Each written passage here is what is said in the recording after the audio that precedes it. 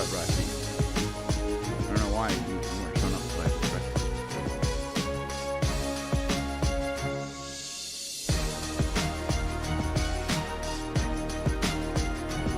Can you hear me?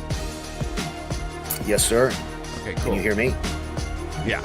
We're live right now, so don't say anything crazy. Give me 1 second, we'll frame it up, and we'll go.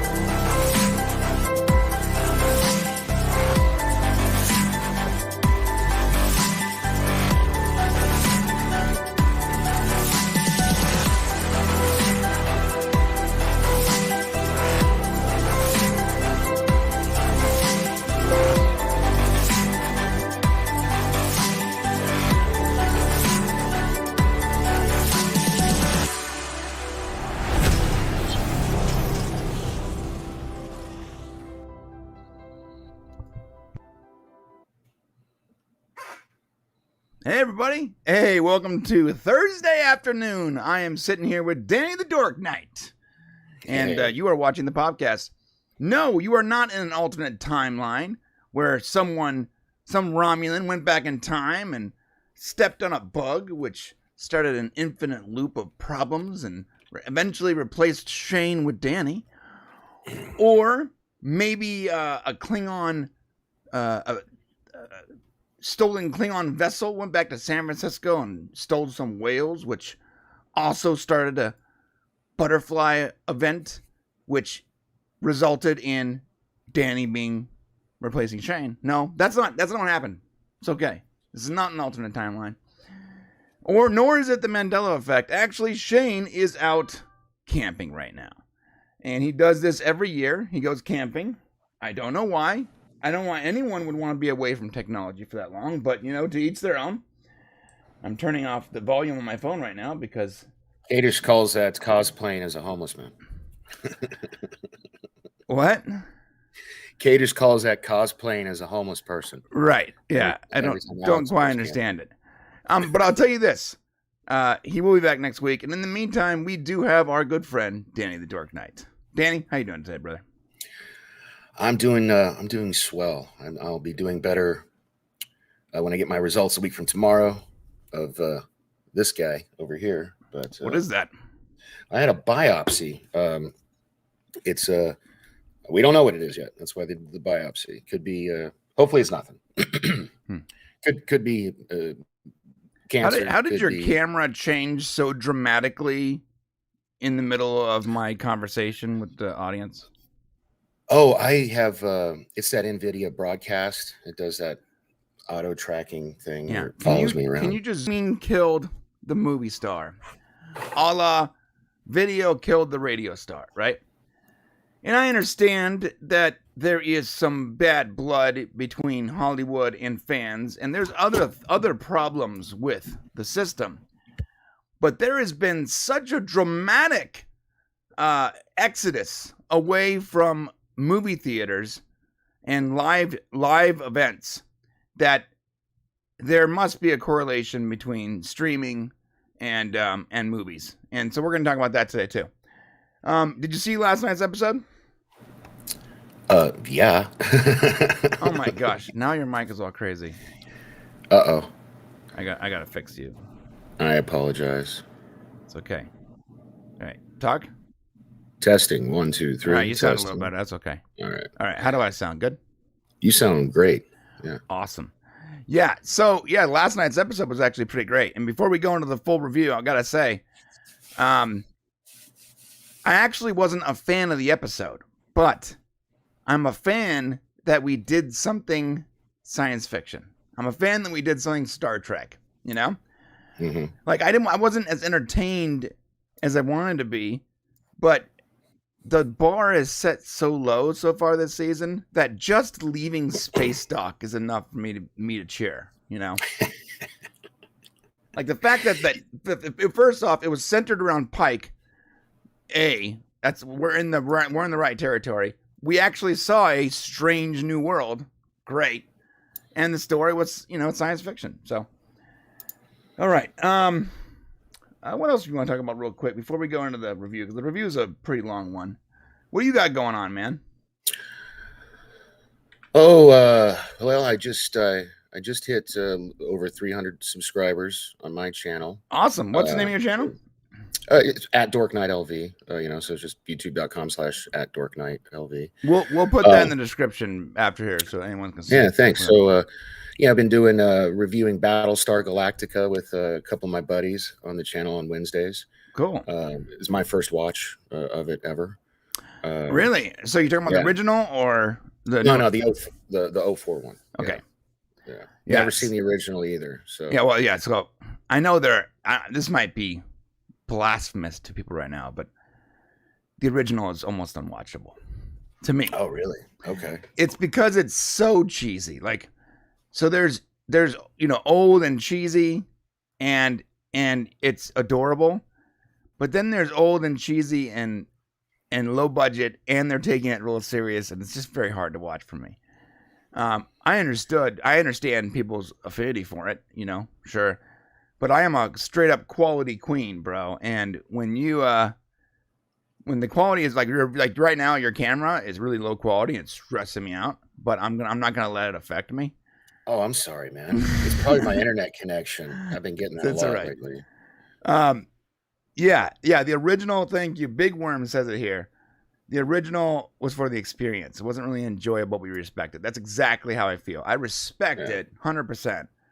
But I got almost no entertainment value out of it. Now the 04 one, dude, it's so good. Like I'm only in the middle of season 2 because we do watch-alongs where he puts it on his Patreon so people can watch our live reactions on the Patreon. Mm-hmm. And then on Wednesday, and we do that usually Saturday and or Sunday. Right. And then Wednesday we review one episode. And I tell you what, it's so good. I can't believe I didn't watch it back in the day. The writing is so dense. Like there's no mystery boxes. There's nothing. Well, there is mystery boxes. You haven't gotten there yet. Yeah, I mean, well, there's just everything gets answered so far. Every question I have. It's like just wait, they'll answer it. I'm not gonna spoil anything, but it does start off pretty rock solid in that regard, but it certainly doesn't end as rock solid. It has a great ending. But there's a lot of questions still left when it finally. I can't believe I didn't even know I didn't have my hat on. So real quick before I go back. Well, I'd tell you what though, no homo, but your hair was kind of on point. You didn't really need the hat. Your hair was looking good. Thanks. You know what's funny? I appreciate that. I actually went and got a haircut yesterday, and I fell asleep in the barber chair. And I've been working like around the clock. We've had so many problems. Like our last video came out. Mm-hmm. It's great. Video's great. I'm very happy with it. But I had to render it 35 times. I had to create 35 versions of the same video. Dear God. Right. Because there's these things called, and you're going to run into this. If you're a creator on YouTube, you're going to run into this.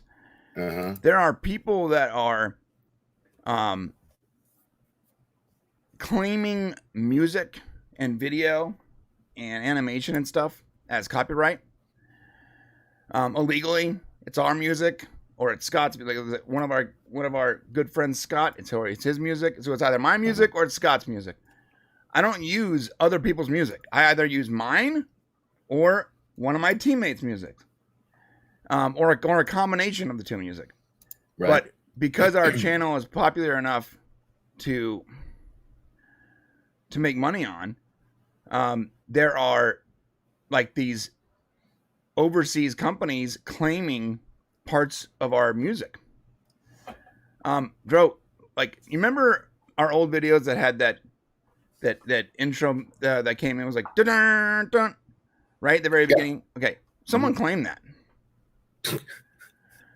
Someone claimed that very specific sound that I made. Can anybody just claim anything? Apparently, you can copy the audio, copy it to a third party like almost like fingerprint software that then attributes the music or the sound to you as the owner, and then you can claim it on YouTube.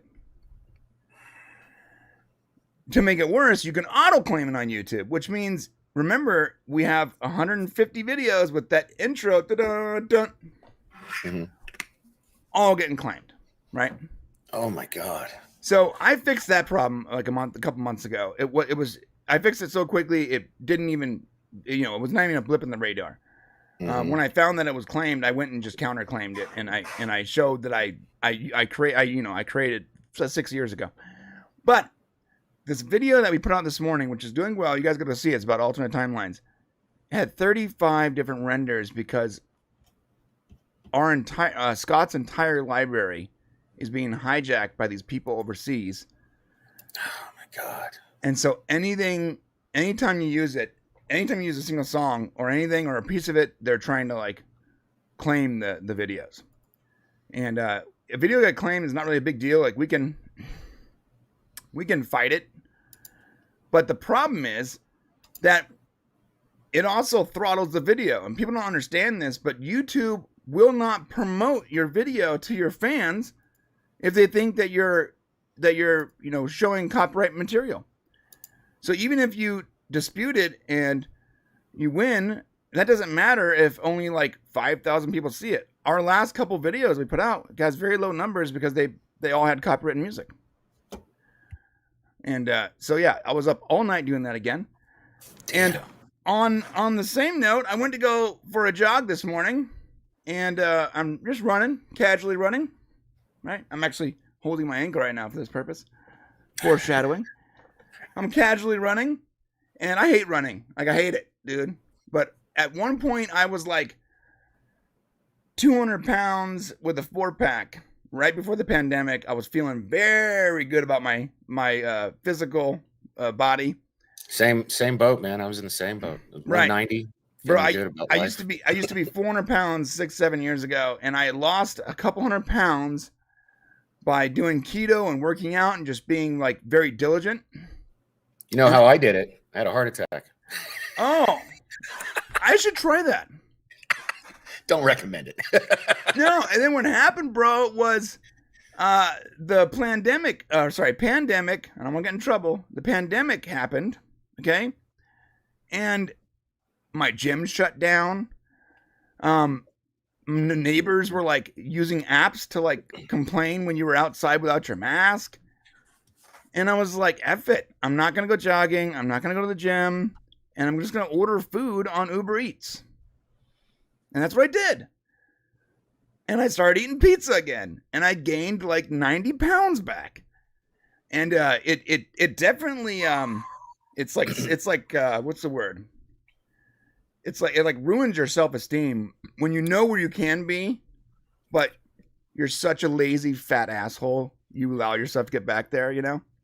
I feel like you're talking to me, because I mean, I didn't gain 90 pounds. I gained 50, but 50 is a grip of weight. Like, I can't fit any of my suits anymore. Right. It's like when I lost all that weight, I bought like 10 suits, wanted to, try to look good. And, and like, shit, can't fit any of them now. Bro, me and my brother own a t-shirt company. And I have to remind myself to not just steal shirts. Because it got to the point where I was like, well, every Thursday I'm gonna grab a shirt, but this shirt doesn't fit anymore. This shirt doesn't fit anymore. Let me just walk over to Mixed Tees and just steal. No, can't steal a shirt. So the thing is, I'm starting to run again, and I'm eating right, and I'm running every morning, and I'm about to put a big wet blanket on this running thing because I'm running across a field, and the grass is even. I'm scanning ahead, but there's a hole in the grass. Like a 1-foot hole, and my foot goes in that hole, bro, as I'm running. And it's the worst feeling when all of a sudden the ground isn't there. And I knew in that split moment, in slow motion, my brain was like, You're so screwed right now. Like, I saw it coming. Be like, when my foot didn't feel the hard ground, I knew, God, this is going to suck. And I don't know if I broke it or sprained it or what, but I was like 2 miles away from my house.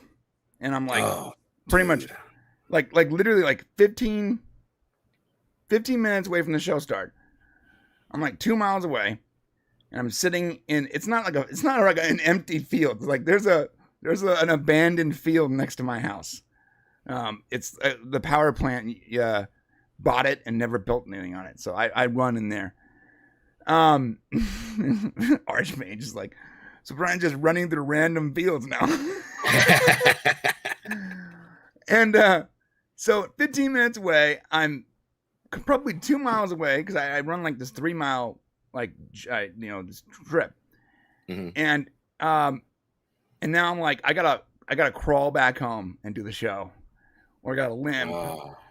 And I'm like, dude, my ankle was like, right now, I'm restraining my voice because I'm in so much bloody pain, which I'm just waiting for it to subside.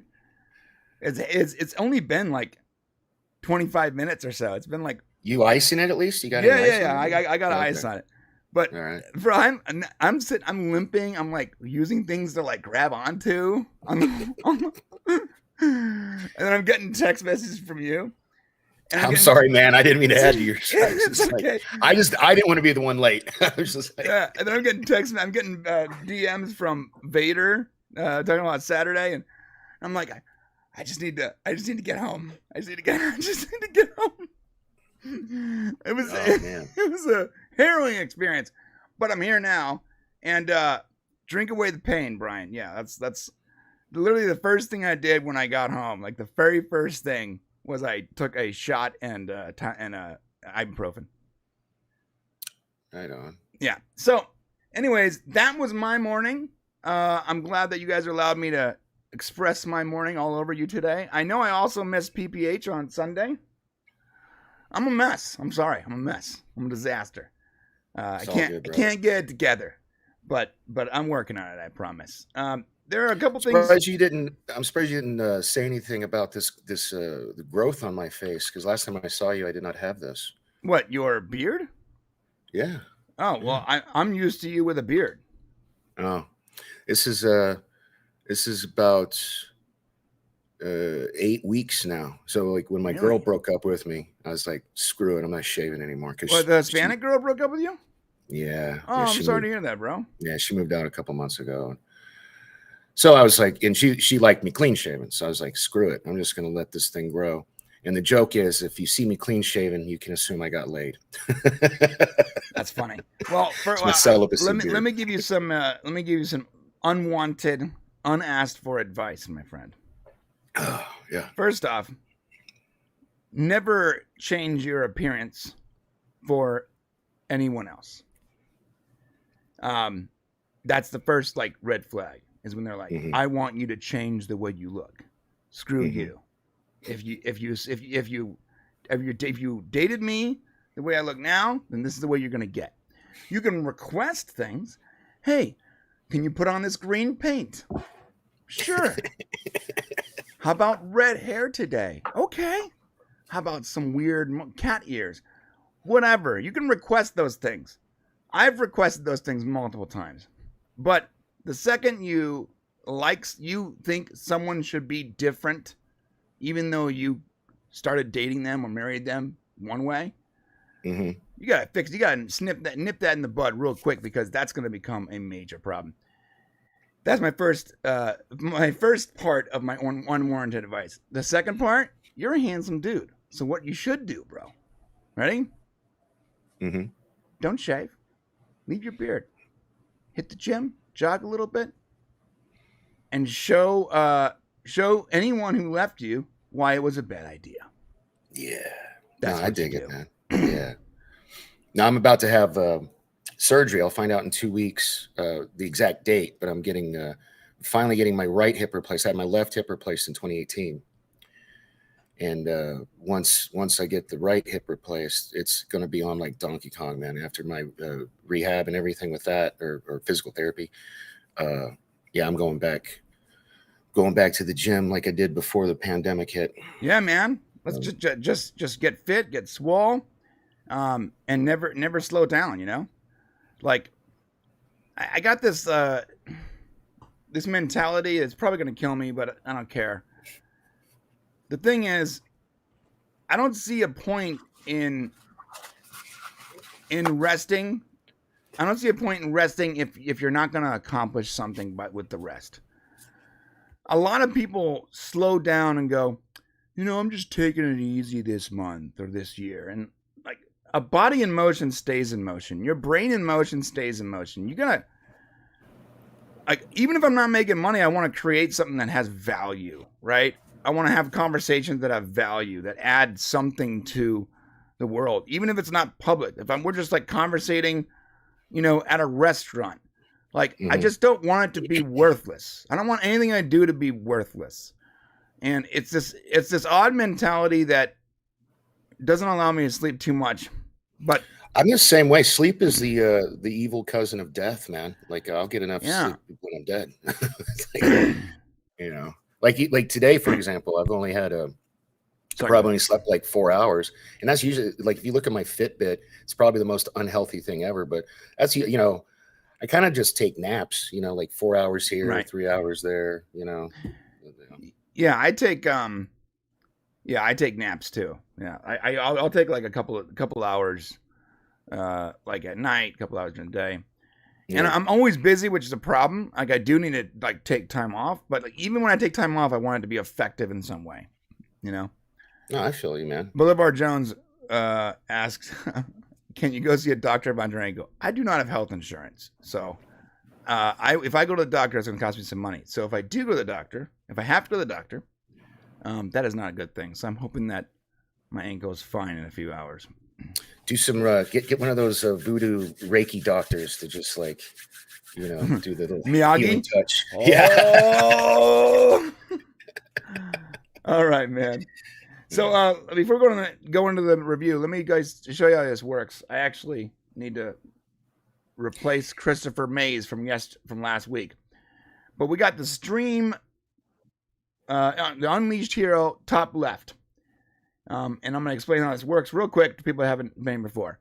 Bottom line is, when you super chat or you do members or gifts or whatever, it knocks the current stream hero off, and whoever is there the longest gets to spin the wheel at the end of the stream. And let me reset it now, because last week's stream hero was Christopher Mays. Congratulations. And all right, it's back to Popcast Unleashed. So any super chats or whatever are going to, and memberships are going to apply to that. And what else? Oh, and the ticker. That is, well, that's actually last week's ticker. I didn't change it. I just realized that.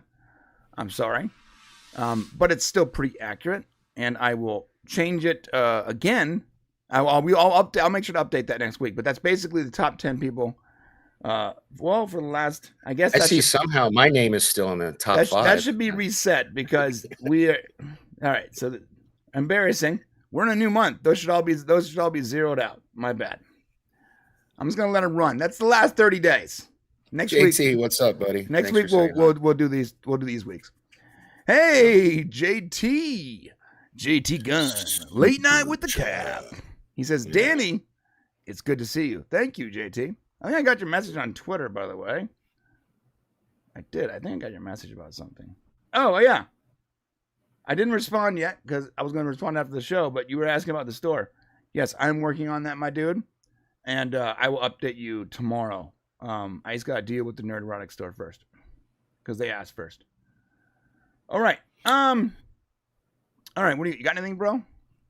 Well, I mean, I've been watching, your reviews of the first 3 episodes, and I'm interested to see how today's discussion is going to go, because surprisingly, you and I usually kind of are on the same page, but I've been loving this season and you haven't. And my favorite episode of TOS of all time is City on the Edge of Forever.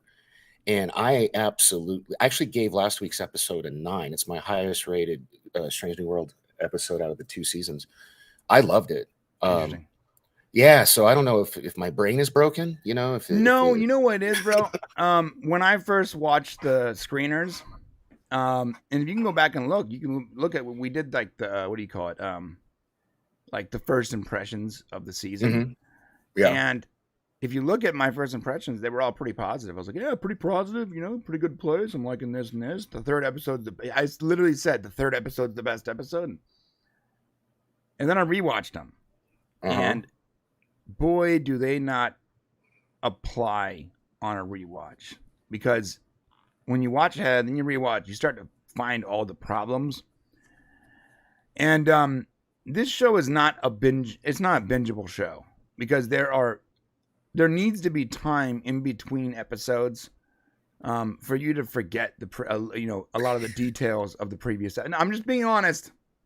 I'm not trying to be mean, but like if you remember all the stuff from the previous episodes, it's gonna make episodes going forward worse. Well, I actually really think they're doing a really good job of it being episodic, because like you could watch all of these episodes. I mean, except for maybe the trial episode, because you got to get Una back in the bridge. But you know, like this episode could have easily been watched. Like there's no really particular order. You know what I mean? Yeah. I don't think anyway. I don't know, but yeah. The problem.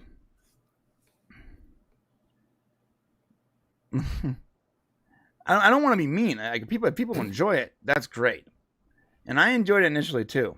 But the first episode actually drove me nuts. The fact that they got rid of Pike so quickly, and he wasn't in like the first 3 episodes. Like this, we finally get Pike in this episode. The courtroom drama, which everyone else loved, I hated. I thought it was boring as F. It probably should have been the first episode.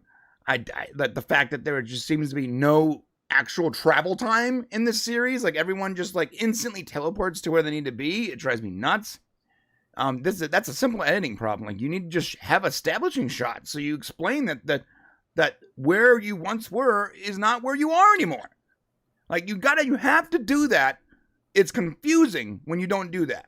And it sounds like I'm nitpicking, but I'm only nitpicking because this is not a YouTube show. It's not like someone made this, this is not low budget, bro. This is coming from Paramount Pictures. That geeky Canuck who does the show with me and Salty Trekker. So last week we're talking, like he had a big problem with last week's episode because he didn't know how much time, like for example, like City on the Edge of Forever, we know that they're in the past for at least a couple months. Right. And he doesn't know. He's like, is it a day? Is it a week? And he's like, so he ran into that issue last week. And that's the problem. This is an editing issue, right? Yeah. Like there's moments in this the second episode where the music doesn't even change between scenes. Like he was once over here on a planet somewhere else, and now he's back at Space Dock or on the Enterprise. The music stays the same. There's no establishing shot. It just shows him from one setting to the next, and it's honestly it's amateur as hell, bro. Like I'm not a professional filmmaker. I wouldn't even call myself a professional editor, but I know enough to know why something's bothering me. And well, I tell you what, you do good work. Like some of your documentaries, like shit, man, that's better than stuff I see on Netflix. You know what I mean? And I'm not just blowing smoke up your ass. I appreciate that. No, I mean it, man. Especially, I love that your Galaxy Quest one. Like, thanks. I've been editing for a long time, but like I'm not like classically trained. I didn't go to school for editing. I went to school for graphic design, and the School of Hard Knocks. Yeah, I went to school for pay up, you slam pig. No, but the thing is, like when I watch it, I know enough to know why it's bothering me, and that bothers me. The fact there's no travel time, there's no proper, for the most part, there's no establishing shots. It's they just sort of assume that you are from one place to the next instantly, and it drives me nuts. I don't like the long lingering shots. There's long lingering shots on someone while someone else is talking, and that's also very like it messes with my perception. Mm-hmm. You'll have a shot of someone who's listening to someone else speak while someone else is talking, and it's just it's okay to have that if they're showing emotion, but during the courtroom drama, there were so many shots of Una just listening, and it just stuff like that drives me nuts. Also, it was a boring episode. The third episode was more exciting, but when I realized that there were things they just ignored that were so obvious and so outlandishly important that they ignored, like it was because it's no big deal, because they're trying to tell a story. So like, oh, the bomb on the bridge, the photon bomb on the bridge. Oh, it's cool. We both remember that. So let's move on. But wait, this is a bomb from the future that blew up a bridge in Canada. If you remember that, Leon, that means that you're also in the wrong timeline. And I'm not a rocket scientist. I'm not Stephen Hawking. It doesn't require a genius to interpret that. But bro, if you are remembering the same event as someone who is from an alternate timeline, and you've established that, and that event is not supposed to happen, then you should know right away that you are also in an alternate timeline. Well, the whole episode, I really did like the episode, but it did have a lot of questions because I've watched it like 3 times. Khan is a kid in like 2023. Right. Yeah, that was like, what? He's supposed to be floating around in space right now. Right. And so what they say is that a lot of people are saying that, well, they've always played fast and loose with the eugenic wars. Just because something's always been done doesn't mean it's okay. There's no fast and loose with canon. Like once you establish a canon, you establish a story, it's the definition of lazy to ignore what was previously written for convenience. Do you know LDG? No. He's okay. So he likes to call the show Strange New Canon. Well, I mean, it is now. Like we can enjoy it now. Yeah. At least they went out and completely said it was. Yeah. But just because the studio or other previous shows played fast and loose with when Khan was and eugenic wars and World War III, like that honestly doesn't matter. Like if you're saying Voyager at some point didn't address eugenic wars, okay, well that was lazy. I love Voyager, but whoever wrote that episode made a mistake. That's it. They made a mistake because like in your book, in the book of Star Trek, that takes place then. Period. The end.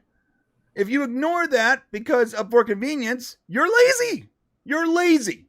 If you ignore a fact that's in your book to make your new chapter more convenient for you, then you are lazy. So even if the stuff that did happen in Voyager, look, you can criticize Voyager. I love Voyager. Acting like, oh, if Voyager did it, then Strange New Worlds could do it. No. If Voyager did it, they was lazy then too. Yeah. If DS9 did it was lazy then too. If any show breaks their established narrative for convenience, it's lazy. I can still like it, but it's lazy.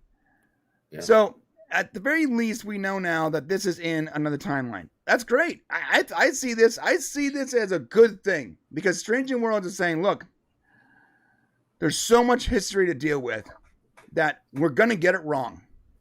The way I'm looking at this is Akiva's like, bro, I don't know enough about Star Trek. So let's just like go back. We'll change something from like 1992.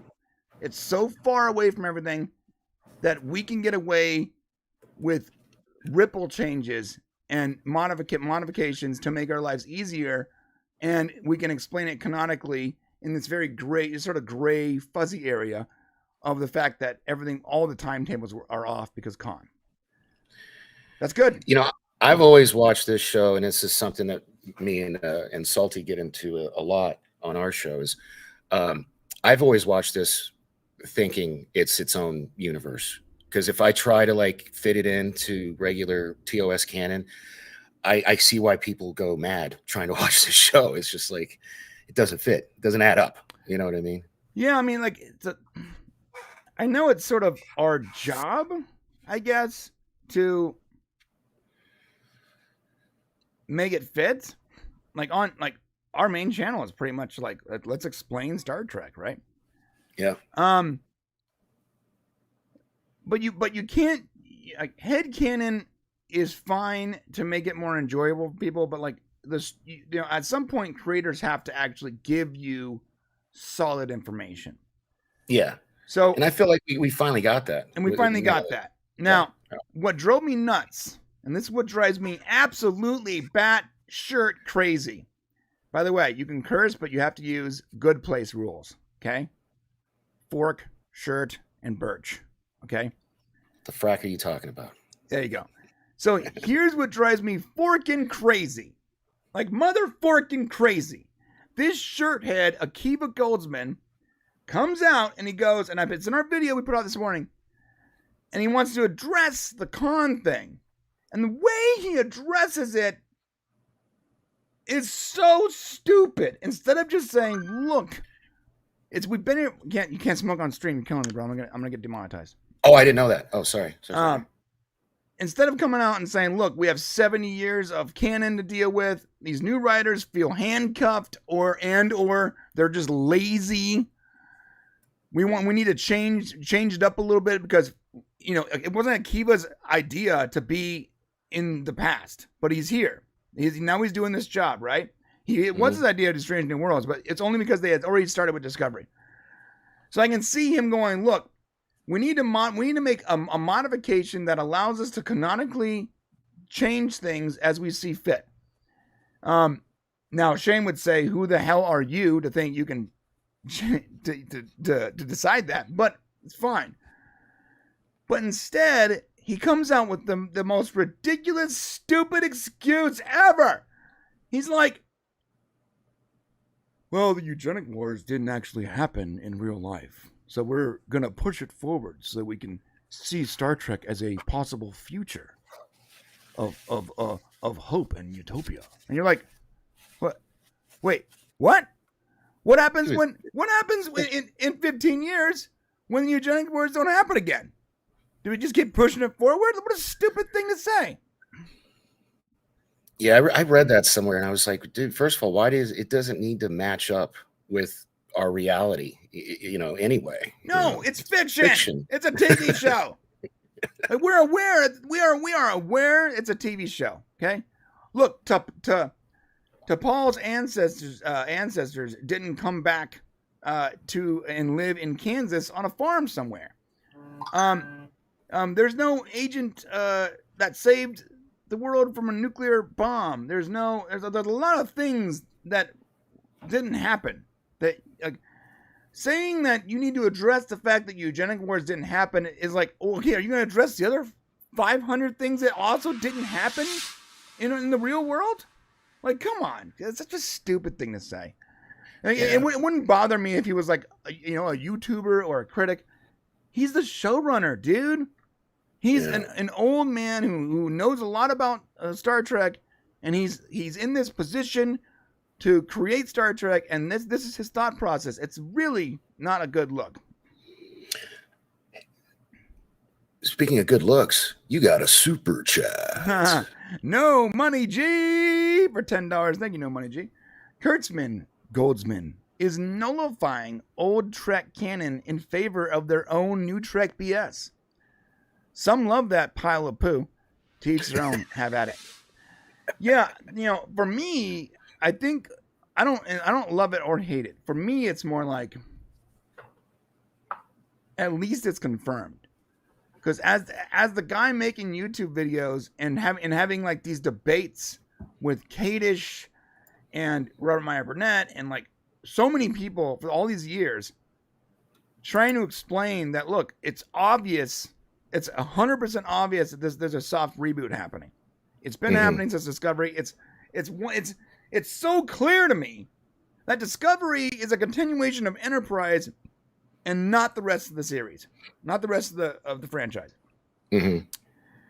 I mean, dude, Fuller is the one who started Discovery before he was fired, and these people they worked on the last season of Enterprise. They had them in the same blue jumpsuits as Enterprise. Mm-hmm. Like, it was clearly a continuation of Enterprise and not and not the rest of the franchise. And Enterprise is great. I like Enterprise, but canonically, there's some shenanigans going on, and they address that really quickly with the regeneration episode, and the fact that from season 1 there were time travel shenanigans going on, and Jonathan Archer himself is literally in the process of messing with time. He is the shadow man behind it all. Future Jonathan Archer. So they addressed that, like, and that was a way for fans to be like, well, canonically there might be some weird things going on because this show is steeped in time travel, which was also ultimately its demise. Yeah.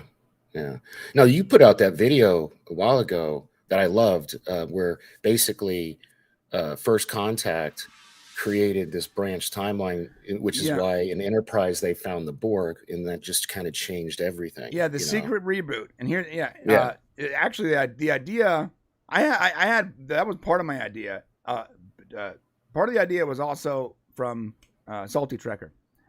Yeah. So I always had the same idea that First Contact wrecked the timeline, and not on purpose, just by leaving Borg there, right? And they showed that in Enterprise, and even before YouTube, like when I remember first watching that episode, I'm literally I think I was, what was I, 20? When like 22? I'm watching this episode, and I'm like, holy shit. Everything is going to be different. Like immediately I thought to myself, like, do they understand the ramifications of what they've shown us today? Because the Federation finding Borg, in that era would be devastating to the timeline, because they have this enemy now that left their technology on their planet. There's an outpost to study the technology left there. And then they couldn't even, they came to life, made their own ship, sent a signal. Like, they didn't actually beat these guys. Like, they barely destroyed them before they can go to warp. You understand that, right? They already sent the message. It's a massive issue for an organization like the Federation to have this species that showed up. They have the ability to assimilate you, make all your crap. They're hundreds and hundreds of years advanced. So if you're the Federation and you just witnessed this, what is your very first thought? How do I protect myself? How do we protect ourselves from when this happens again? Get the greatest minds in here and study this tech. I want to know more about these nanites. I want to know how we get the same shielding. Like, remember, they had shielding, a special shielding that the Enterprise wasn't even aware of, when it was firing on. So here's the deal. The second that happens, and the Federation or Starfleet goes into overdrive warrior mode, that's going to change everything. From exploration into bigger ships, right? More advancements in traveling technology, like the spore drive, which I hate, but but that would explain it, It would explain all these things. And I know they're never going to actually give us that, but to me, that's so obvious that I know it's not. It hasn't been. No one's came out and said that's what happened. But to me, it's so obvious that the timeline branched from that moment, from the 4th season, whatever it was, of Enterprise. That moment branched, and we are in that new branch. Because what was the series we got when Enterprise ended? Discovery. We are in that branch. So let's ready. We watched TOS, the movies, TNG, Deep Space Nine, Voyager, and then all of a sudden we go all the way back. We go back to the NX-01, right? We're on the Enterprise. There's time travel shenanigans and new aliens that we weren't totally aware of, but we're like, oh, it's fine because it's 100 years ago. Maybe they went around. And then we get to the episode that connects First Contact, the first TNG movie to deal with time travel, the only TNG movie to deal with time travel, where the Borg go back in time. And this show that's happening hundreds and hundreds of years before is now is actually, it's admitting that they're in the same universe and that these Borg are part of that, right? Mm-hmm. And it's connecting himself to this movie. And they find the Borg in the Arctic. Right then, that's where it branched. So we got to experience that first prime branch. Mm-hmm. We're now experiencing the second branch, and I'm going to call it. I don't want to call it the Borg branch because we kicked the Borg's butt in this branch too, right? I'm assuming.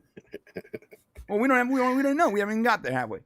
Yeah. I'm calling it the Borg branch. Like, we're in the prime branch, and now we're in the Borg branch. The branch where Starfleet found highly advanced technology and an enemy that they are extremely afraid of hundreds of years before they should have. That's the branch we're in. And to me, it's not headcanon. To me, it's like, just follow the steps, dude. Like, right. Just follow the steps. Like, it doesn't have to be, like, I don't feel like the showrunner needs to come out and say, yep, this is correct. No, but it's just obvious. It's obvious that there are changes that were made. Like, it's obvious to me. So I know that it was never actually officially announced. I don't care. It's obvious that we're in this new branch. Now, what they do with the third episode is they go, we're in another branch. They confirm it, but they confirm it in like the most lazy possible way. God. They're like, yeah, like we've been trying to kill Khan, and time won't let us. Yeah, she's like, I've been here 30 years. Time keeps pushing back, or something. Such like that, stupid thing to say. Oh, it's so dumb to me. Yeah. I don't understand that. Like, and Shane says, "Oh, it's like that Stephen King book." I'm like, no, I'll tell you what it's like. It's lazy. It's just lazy. It's just lazy. Like, they couldn't even give the chick ears. Dude, she was wearing a beanie. That and her hair covered her ears. You should have had her lift her beanie and show her ears. Yeah. Why can't she have ears? Are you so broke you couldn't afford prosthetics? I don't get it. Wait, no, but for real though. Like, I want to ask Akiva, why does the Romulan not have ears? I know it's a nitpicky thing, but for the love of God, I can afford those ears. We can go down to the store, the costume store, and we can get some elf ears, and we can make them look like Romulan ears. It's not that hard. And you work at a movie studio. Paramount. You work at Paramount Pictures. Oh my God. It's not like it's a small outfit. Like, this is not a YouTube video. Like, we're criticizing the Strange New Worlds. We've been so beaten and broken by Star Trek that we're like, oh, this resembles Star Trek. It has the same sort of look and feel and uniforms, and it has graphics, blah, blah, blah. And we're like, it's not bad, and it's not bad. But we remember, this is Paramount Pictures. The company that birthed Star Trek, birthed it into the world. They have a lot of money. They have a lot of creatives. Akiva Goldsman is not a new guy. He's been around for a long time. There are people, professionals, that are getting paid a lot of money, big budgets to do this. How in the world do you not consider ears on the Romulan? All the writers in that room, and not a single person's like, hey guys, we need ears on the Romulan. It's I've totally I agree with JT. I love your passion. I have totally missed this. I don't miss Vader's abuse, because he would have picked on me for crying last week. But I'm loving this. It just drives me nuts, bro. You got another super chat. Yeah, we're gonna do super chats in a second. 1 second. Okay, sorry. Here's the thing. I just want to get this rant over with, because it drives me nuts. In no way do I hate Star Trek because I criticize it. Like, it's not. I criticize it because I forking love it. I mother forking love Star Trek. There's a part in the video we had today where there's a character that tells another character, you watch Star Trek, I live it. You watch Star Trek. I live it. And maybe you do too. I have been watching Star Trek since I was 6 years old. Before I can understand things, I watched Star Trek. The things that I like more than Star Trek are only because Star Trek got me to a place where I can understand that love. Star Trek was my first love. I like Stargate more than Star Trek. Only because Star Trek prepared me for Stargate. You understand that? Like, I am in love with Star Trek. It is my first love. And I love everything about it. And I criticize it so much because I love it so much. And I really do. Mm-hmm. I don't have the knowledge Robert Meyer Burnett does. That guy has like an eidetic memory. Like, he literally remembers things from like 1987 that were written down on a napkin. I don't understand how he does that. The guy's brain is just different than mine. So I'll forget characters' names or planets or ships or whatever. But I watched it and I enjoyed it and I loved it. And you can tell right away when you watch something and it's not quite right. And you'll be like, oh, this isn't quite right. Like something's wrong. And the longer it stays in that sort of uncanny valley of being not quite right, the more upsetting it gets, right? As someone who loves the properties. So I criticize it because I love it. I criticize them not using Romulan ears on the Romulan because I love it. I criticize the fact that she glossed over the photon bomb being in her timeline because I love it. She's a professional. She's the security of the Enterprise. She's smart. She's an augment. She should understand immediately that a photon bomb shouldn't exist in this time. Period. And blowing up a bridge is enough to completely change time. That one event. And if there's that one event, there's got to be other events too. She should instantly know we're not just trying to get back my timeline. I'm also in the wrong timeline. The fact that she didn't address that at all is lazy. So I love Star Trek, so I criticize it. I love TV, so I criticize it. I criticize things because I love them. I don't do it for the money. I gotta be honest, like, in an entire month, Shay and I can make like $400 on this channel. And that's okay. It's not about that. It's not about the ads or the super chats or whatever. What it's about for us is being able to talk about things that we love. And I love TV. Like, I love it. And Star Trek is what prepared me to love TV. I love stories. I love them. Like, it's all I want to do. Like, I genuinely don't want to do anything else. I want to get up, I want to get some food, and I want to put a good TV show on. That's all I ever want to do. I'm the cheapest possible date. You want to take me out? Let's just go watch an old TV show that you feel passionate about. And then you can explain me as to why you're so passionate about it, and maybe I get on board. It actually drives me nuts in my personal life. I can't seem to get that with my wife. My wife and I are perfect for each other in every way. There's one thing that drives me nuts, is that I can't get her on the same page with me for any TV show or movie. We never enjoy the same things. Coincidentally, I did get her to watch Strange New Worlds, and she was like, "Oh, this is pretty good." I'm like, "Fucking head." Oh man. So like that I love TV, man. I love it. That's all. I want to watch TV. I want to watch movies. And I love Star Trek. So we criticize it, and this whole setup is to explain why we're not criticizing it because we hate it. We're criticizing it because we love it. Now, there are bad actors out there who criticize Star Trek because it gets them views. Straight up. That's a fact. They won't even watch it, but they'll criticize it because it gets them views. I think that's dirty, disingenuous, but I'm not going to hate the player. I'll hate the game. And, that's the way it's set up. So I'm not mad at them, but I'm not the same as them. Shay and I, Danny and I, we're not the same as them. Like, if they're doing it to get clicks and they're not even watching the stuff, then you as the audience should recognize that immediately and like stop giving them what their motivation is. Like, don't frequent them if they're not watching the show, yet they're criticizing it every week. Like, honestly, what are you doing? Why are you watching them? They're not even watching it, right? That's it. But that's not us. What we are lovers of this. Like, we love it with a passion. It's literally like my first love.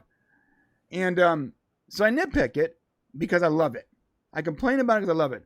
I also, if you notice, when it was good, I said it was good. When Picard season 3 was good, before anyone else did, Shay and I were on our boat in the middle of the raging sea, screaming at the top of our lungs, "Picard's awesome!" And I'm glad you did, because originally I wasn't going to watch. I was so burnt. Yeah, so many people were off. Like, and you have no idea how many messages I got from like big YouTubers. Like, wait, for real? Is it good or what? I'm like, yeah, it's great. I'm like, I don't know, man. I'm like, trust me, it's good. Good. We went on a limb because we thought it was so good. Like, that's how much we love it. Like, we were going to live or die by Picard. Bottom line. Yeah. Like, hey, all right, if the community hates it, then we're screwed, and that's fine. We don't care. But that's because we love it. And so when we criticize Strange New Worlds right now, and before and in the future, it's because we love it. That said, the whole time travel shenanigan thing, the alternate timeline, is ultimately a good thing because it will allow us to explain things. However, it's also going to make the waters a lot more muddy when it comes to criticizing it, because you're like, well, maybe this person wasn't a Klingon in this time. You know, you don't even know. Like, now there are changes that like this whole thing was it allowed them to be more lazy. We're gonna and even the response about why they did it was lazy. It's lazy in every way. In every way, it's just lazy, and that's okay. I can't control that, but I do love Star Trek enough for me to continue watching it and to criticize what I can. But now, canonically, if something is not the same, or if it's off, or if there's an entire planet missing, honestly, there's no way for me to tell you if that's canonically correct, because we're not even in an alternate timeline. We're in an alternate timeline of a branch. We're in an alternate timeline of a branch timeline of a different universe. Like, I'm not joking. Like, if you do the math, and I had this whole graph prepared for our video this morning, and this was me. I'm in After Effects, right? I'm like animating this. I had this huge graph, like this massive graph, where I explain every single thing from 1959 when Khan was born, everything that happened in Voyager, DS, every kind of time travel instance that changed, right? And I got this whole thing, and now I'm going to animate it. And I'm sitting there looking at it, and I start animating the first line. That first line is going to take me all the way to 2246 or whatever. 2259. And I'm about to get to 22559, and I'm realizing this is going to take me 6 hours. Like, I made the physical graph, and now I'm going to animate it, and I'm just that line. I'm like, click, click, click, click, copy, stroke, fill, click. I looked at my screen. I looked at my clock. And I just scribbled on the screen. And I hit render. Like, if you look at the timeline, it's just scribbling, render. So it's like, well, yeah. So the timeline starts to go all, and then it just stops, and it just like, because it's just too much work, man. Yeah. Okay, so we'll get to the review from Boulevard Jones for $3.01. Thank you, Boulevard Jones. Maze loves time travel shenanigans. You talking about Christopher Maze? You know, it's funny. It's like, I also like time travel, and I also hate time travel. Like, I hate it, and I love it. And it's because when it's done right, oh man, is it right. But when it's done wrong, oh man, is it wrong. It's really like, it's a time travel movie or TV show is such a risky investment in your time, because you're like, woo, You're either getting filet mignon or you're getting crap on a stick. You know. Yeah. All right, from Christopher Mays for $10. Oh yeah, look at this. Brian, I already told you I expect a full flow chart of all those time travel shenanigans and alternate realities. You must map this out for us. Only you can do it. It's funny you mentioned that, Chris. He was just talking about Yeah, it's funny. So I do have an initial flow chart just like that, all laid out. And I purposely did not animate it because it's too much work. But maybe I'll do it. You know what? And for Gavin Blackburn for 99 cents. Thank you, Gavin. Appreciate it. We also had someone gave 10 Popcast memberships. My God, man. Thank you. Yeah, thank you. My mom got one of those, so I know she appreciated that. So thanks. Penny got one again too? So yeah. Penny's actually gotten a membership like twice now, I think. Right on. Yeah, that's great. Well, good job. So Penny's going to be able to join us again this month. Christopher Mays. Again, another one for $5. First off, Chris, thank you for the 10 memberships. It means a lot to, I'm sure, the people that got the memberships and to us. He also says, who would win in a fight, Kirk or Jack O'Neill? Ooh, that's hard, bro. Because I don't think Kirk is really a good fighter per se. But I do think that he's a strategist. He strategically understands the situation he's in, right? Or at least the Kirk that the Kirk that we know, like the character of Kirk, not William Shatner, whoever's playing Kirk, that character is a strategist. Like they understand strategically what needs to happen in order for the best outcome for them. On the other hand, Jack O'Neill has this superpower that I don't know if everyone's aware of. I'm going to call it luck. He's almost like that character Domino from Deadpool or the comics. Mm-hmm. He just seems to always get lucky.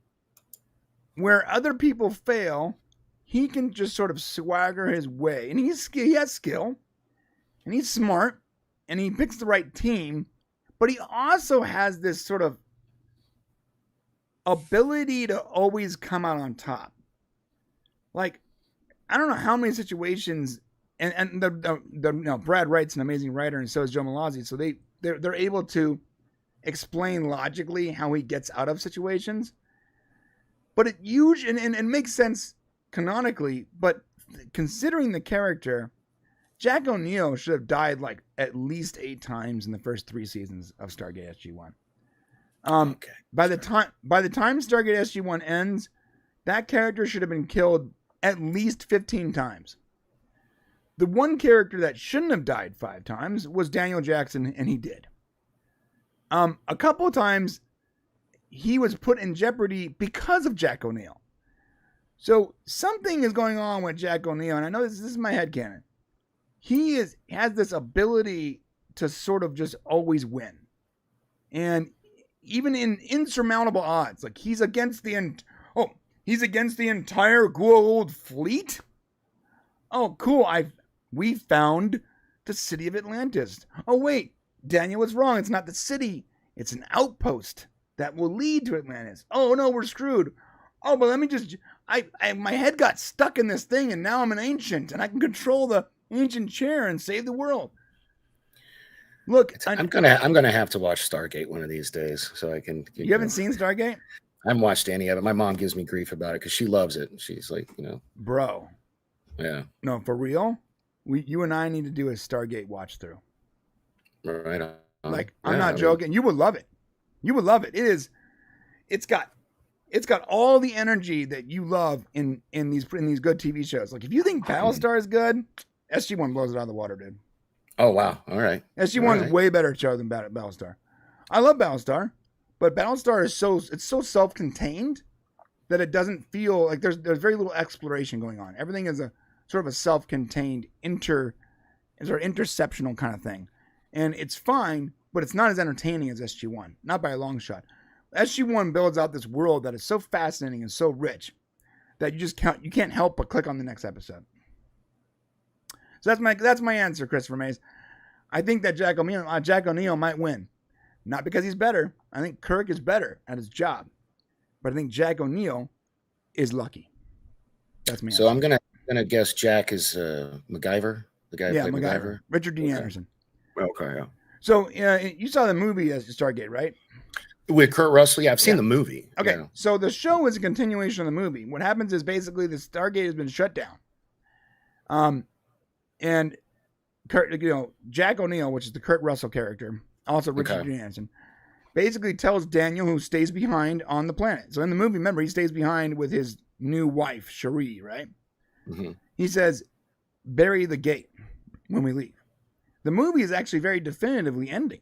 Like, they're like, look, we're going to bury the gate again, so no one can come back to this planet.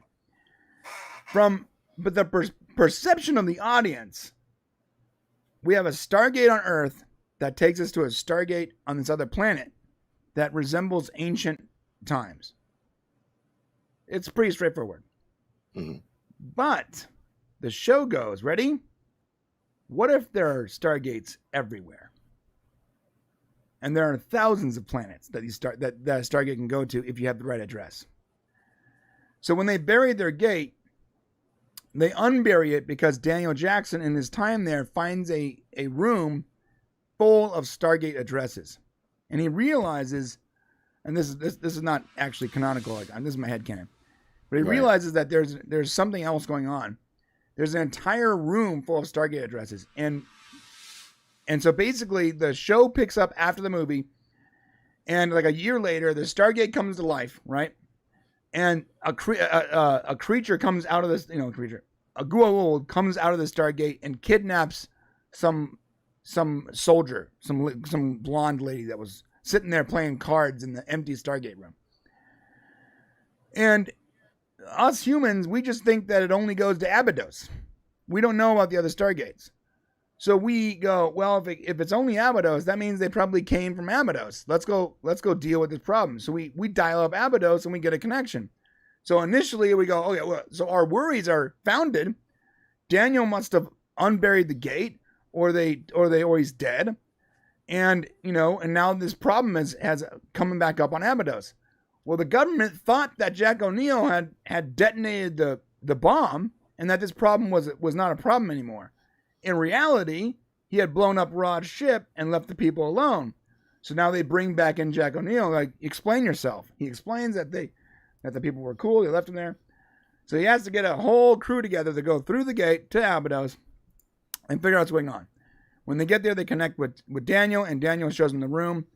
And one of the characters that is with them, Samantha Carter, figures out pretty quickly that there's more than two gates. There's actually thousands of gates, hundreds of thousands of gates on all these different planets. And the reason why we couldn't get another connection, even though we tried hundreds of thousands of permeations, was because of something called stellar drift. So these addresses are correct, but you have to account for stellar drift over 1 million years. Oh, is that kind of like in the Dial of Dysentery, where the Nazi guy didn't account for the continental shifts? Right. It's like that, but it made more sense. Yeah. So basically, she had entropy is a real thing. Like the planets are expanding around us all the time. That's happening. Mm-hmm. The Earth, our orbit, and everything sort of changes very slowly over massive amounts of time. So she accounts for stellar drift or entropy or whatever it was, and they can lock on to other people. And they lock onto the address where this new Goa'uld is, and they go to rescue. And the whole thing starts off that way. And then from there, pretty much every episode is them, going to another planet, dealing with another problem. And it starts to build the world out. It's episodic, but at the same time, it's also serialized.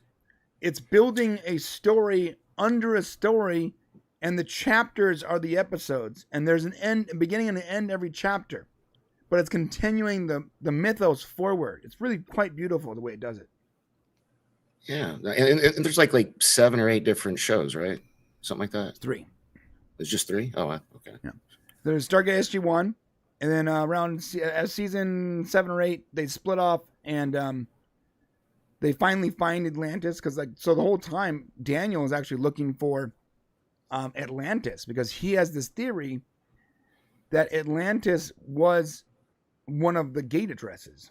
That's initially he thinks that there's too much evidence of Atlantis for there not to be an Atlantis, but it's not here on Earth. So his mind is like, well, it must be a Stargate address. Well, he figures out that it's a lot more than that, but he's right. He finds the address and they go to Atlantis, but it's so far away that it's a one-way trip. So they only have enough power to open the gate from our end, but they're not going to have enough power to open the gate back to Earth because it's an 8 symbol address. So it's another galaxy or solar system or whatever. I forgot exactly what it was, but yeah. So they take on. So it takes them to Atlantis, and they have this whole expedition there. And there's faces that we'd recognize. They did it right because they took faces that we already had seen before, that were sort of supporting cast members, but people liked them, and they made them permanent cast members on Atlantis. And this is why it's such a great spinoff. They introduced a few new characters for sure. There was plenty of characters introduced that were new, but there was such a strong base of supporting actors and characters that were literally just moved to the new show. That you already understood their character. You didn't have to fall in love with them, that character, or understand their motivations or their quirks. Like, you already understood them over the last 8 seasons of Stargate SG-1. But now they're in this whole new setting, and there's a few new characters.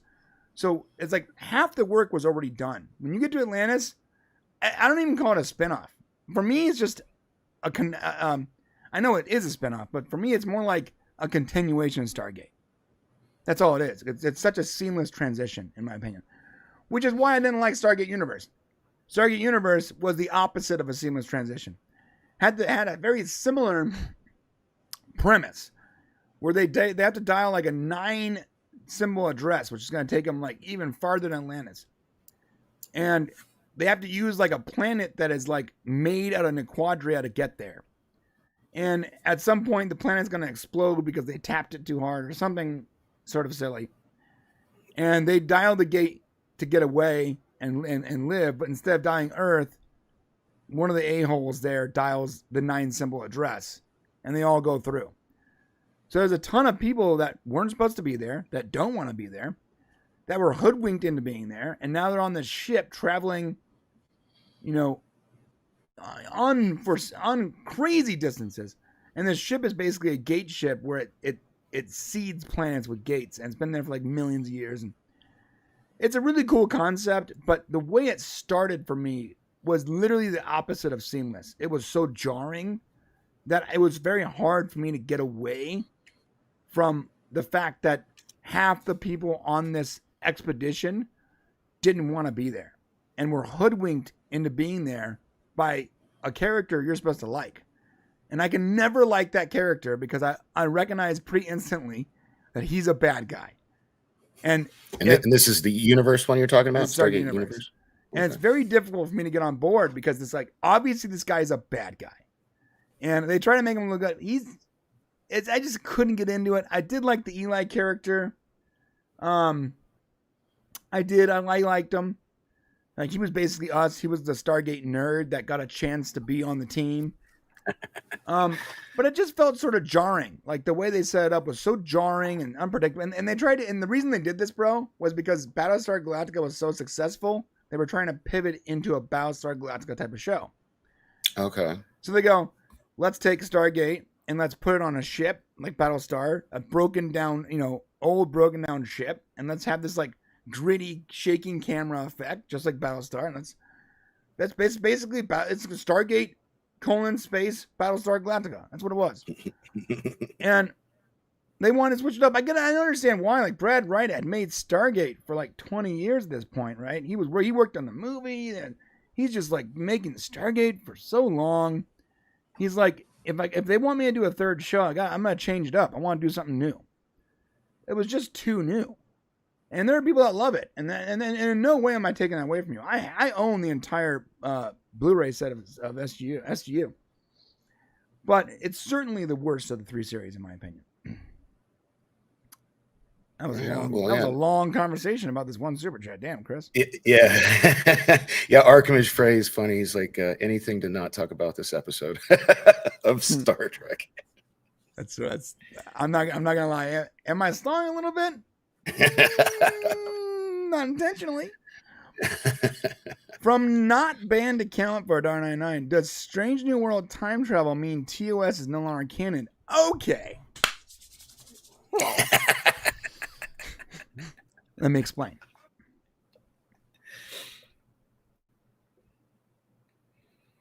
Yes and no. Canonically, TOS exists.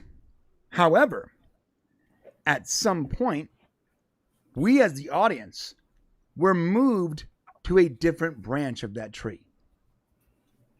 A branch that when you go back no longer resembles the same branch we used to be on.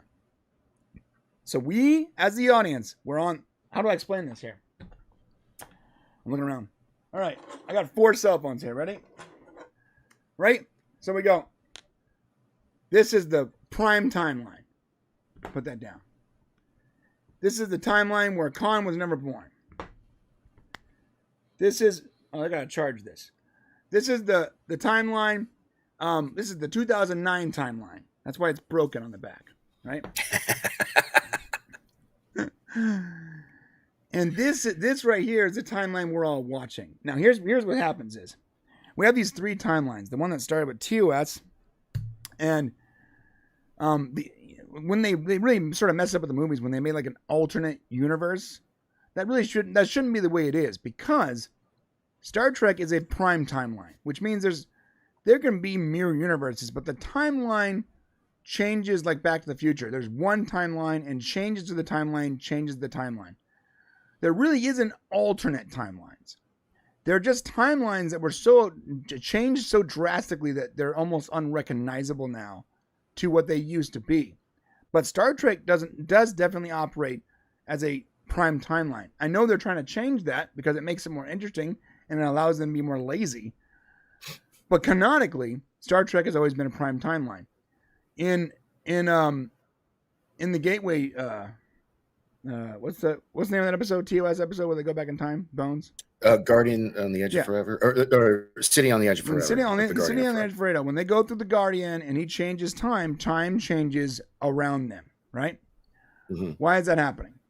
Because there is one timeline. If there were if it was a branch system, then him changing something wouldn't actually affect them, would it? It would just create another branch. Mm-hmm. I hate the idea of the multiverse. I think it's like the most laziest thing possible you can do, because it allows you to have every version of everything you need and want. It's like, hey, writer, here's your toolkit. Everything's free. I see the way I look at multiverse is like, have you ever played like Minecraft? My son plays it, but I haven't. In Minecraft, there's like an edit mode where everything's free. You don't have to get resources. Mm-hmm. You can just do whatever you want. Basically, I see multiverses as the God mode of video games. You can do whatever you want. Like, it's, you know what it is? Multiverse in a story is the Konami code, bro. It's A, B, down, up, left, right, select, start. It's you going, I want to play this video games, but I want to have as many lives as I want. It's cheating. That's what it is. Because if you use time travel and there's a prime timeline, then it's not, then you have to like actually pay attention to what you're writing. A la Terry Metalis. 12 Monkeys is one of the greatest time travel shows of all time. It is so, he has a literal Bible where everything is written out. Everything is specific and everything is hyperlinked to the point where when you watch Picard season 3, remember what I told you in that first episode, like, dude, pay attention to everything in this scene. Mm-hmm. Everything is connected. The guy has this like uncanny ability to connect everything to everything else. When you have an alternate, when you have like a multiverse, you don't have to do that. Because it doesn't matter if you make a new branch. And Marvel tried to address this. At some point, someone with a brain at Marvel was like, yo, we can't do this multiverse thing, dude. Let's do Loki, and we'll have the TVA snipping off the branch timelines. Someone else over there hit that guy in the head, dragged him out to a car, shot him in the face, went back inside, and told Kevin Feige that he knows about the pictures of him last summer blowing some guy on a boat. And he's like, we're gonna open up this multiverse thing, open it up wide. That's what happened. Like, at some point they tried to nip this in the bud, but they just doubled and tripled down on it. Now, so I have these 4 phones that's sitting here, right? Here's what happens. Ready?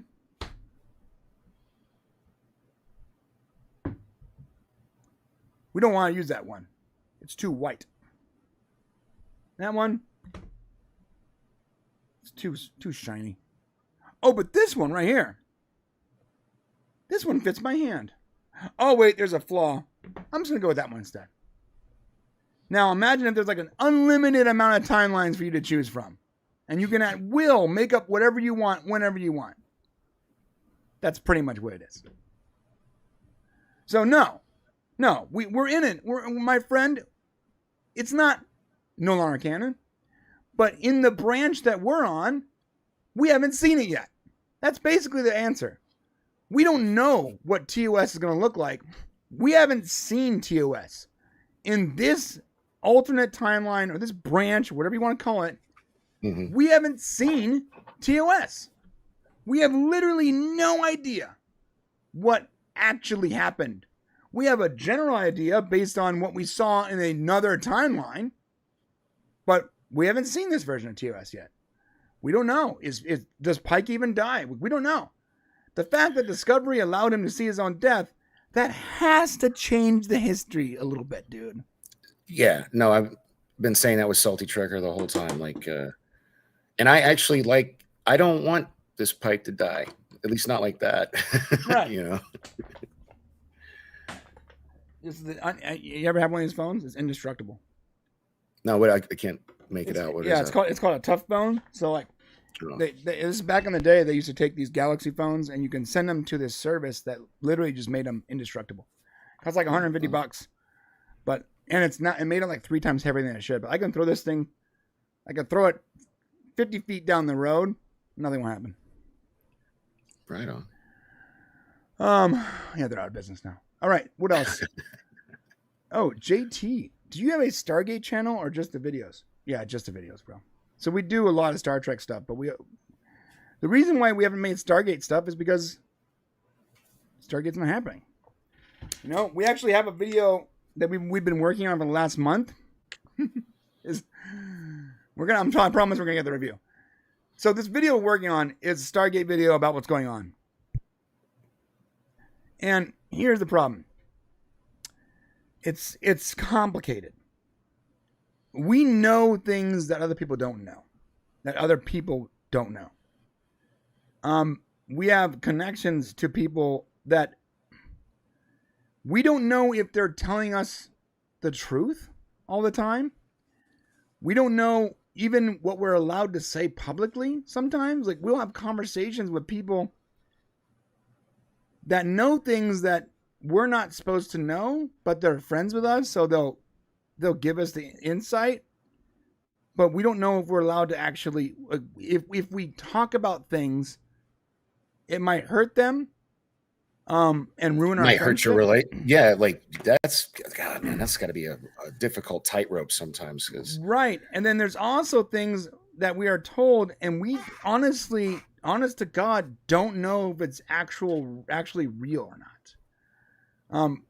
There are people that have told us things that were just lies, and when a source lies to you, it's very difficult for you to go back and trust that source again, even when they give you something as juicy as Stargate's coming to Comic-Con this year, and that was one of the tips we got. And then that's why a couple weeks ago when I showed you guys that 4chan post, like, someone had already told us about that, and then we saw the post and we're like, oh, so it's probably true. But Shane had a good point, or it's probably the same dickhead who's just lying. You know, and there'd be no way for us to know. But on that news, So I did put out a post, and I said basically, we've heard the news of the new movie and or TV show circulating. Our silence on the matter is not a good thing or a bad thing. It's more of a like we have to be 100% about. We need to at least believe that we are correct 100%. We could be wrong on things, but like we have to believe that we're right. So we've reached out to people. We've had conversations with people. We've had long conversations, and there are some things we're just not allowed to say.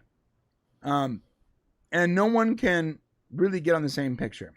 So we started working on a video a few weeks ago. Shane's in the middle of writing it right now. And we're basically going to make an update video for Stargate. We're going to explain everything we're allowed to talk about, and everything we're not allowed to talk about is not going to be in it. That's it. And hopefully it will give you a better idea of the forecast for Stargate. If I'm being honest, I think maybe Amazon buying Stargate was not a good idea. I think it might hurt us. That's my opinion. Well, hey, before we get into the review, I'm going to get a quick refill on my soda, if that's okay. And I think you got a couple more super chats anyway, so I'll be right back. Yeah, the thing about, go ahead, Benny. Okay. The thing about the Amazon thing with Stargate is it's actually, initially I liked the fact that Amazon bought MGM, but I don't think Amazon actually knows what they have. They know enough to set someone up to write for it. They know enough to set up an MGM Plus streaming service. They know enough to hire a writer to create a new season of Stargate. But they don't know enough to hire Brad Wright. They don't know enough to hire Joe Malazzi. They don't know enough to give it a proper budget. Instead, they're like, well, we're thinking an 8 episode series and $1 million an episode. That sounds like a lot of money, because it is to poor people like us. But let me tell you something. When you're making a TV show, any TV show, but very specifically a science fiction show, that is so little money, it's unbelievable how little of money that is. That's not enough. Like, effects cost more than that. Like, things cost money. Like, out of $1 million, you're looking at half that going to cast and crew. Not effects, not props, not building. They have to build everything again. It's going to cost a fortune. Well, Amazon, when the writer came back and said, there's no way I can write this with that low of a budget, Amazon basically put it on hold.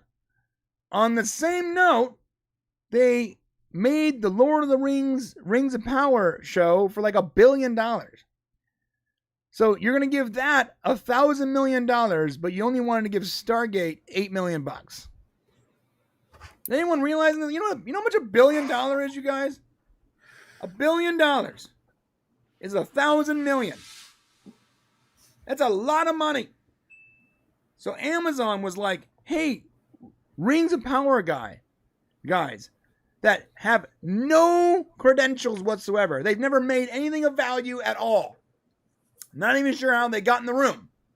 Just a couple of random college guys that walked in and were like, we know a lot about Lord of the Rings. We can speak Elvish. Give us the job. And they're like, yeah, guys, no problem. Here's $1 billion to go make what you want with this unproven crew, unproven everything. But then the guys who made The Expanse are like, we want to make Stargate. And they're like, here's $8 million. Good luck. Oh, wow. The guys who made Expanse want to do new Stargate. That'll be good. That'll probably be good. Except for the budget is so low, bro. $8 million is not enough for a season of TV. So there's just not enough money. Amazon's priorities are whacked. Like, someone over there loves Lord of the Rings, but they have no interest in Stargate. And instead of looking at the numbers and realizing that they have this like winner on their hands, talk about, you want to launch your MGM Plus streaming service? Put a new Stargate show in the works. People, there are so many fans that will buy that service just to see the trailer, okay? Like, bro, come on. But instead, they're like, no, we're going to spend $1 billion on Lord of the Rings prequel that we actually don't have the rights to anything good with. And we're not going to spend any money on Stargate. So their priorities are whacked. And they own it now. But I don't know if it's a good thing. I think it might be a bad thing, actually. And they had at one point they were doing the right thing. Like they had like the super high quality, brand new remastered version on Amazon.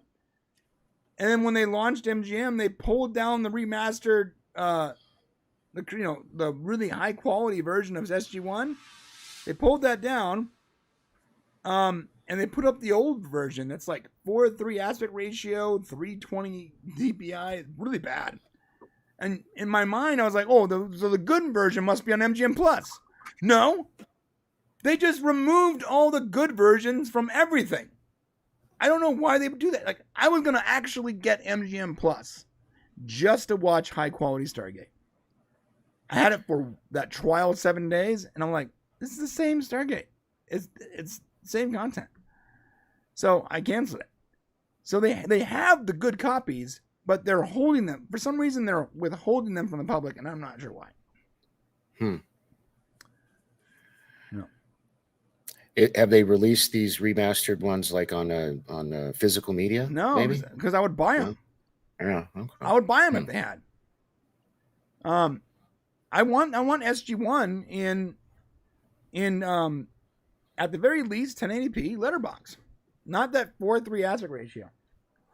And it was shot on film. Like they have the ability to do it. We watched it. I watched SG1 for about a month and a half before they took it down. It was in there in all of its beautiful letterbox glory. And they just removed it for seemingly no reason. I would just love to have one meeting with Amazon. Like, so why did you do this? Why did you do that? What was the thought process behind this? Why $1 billion? I need to ask questions. I want someone to logically explain as to why these decisions are being made, because none of it makes any damn sense. It doesn't make sense monetarily. It doesn't make sense at all. Like there's no reason for anything they're doing. It just seems like it's random. Like there's an algorithm doing things to see results as it's learning. Like not humans making, deductive reasoning decisions. Oh, John Burns. Oh, the Indiana Jones pitch meeting drop. That's cool. I'll check it out. Thank you, John. The 279. I do like that guy. John Burns. Brian, I'm sorry. I told you season 4 of Dark Matter. I talked to Joe, the guy who owns Dark Matter.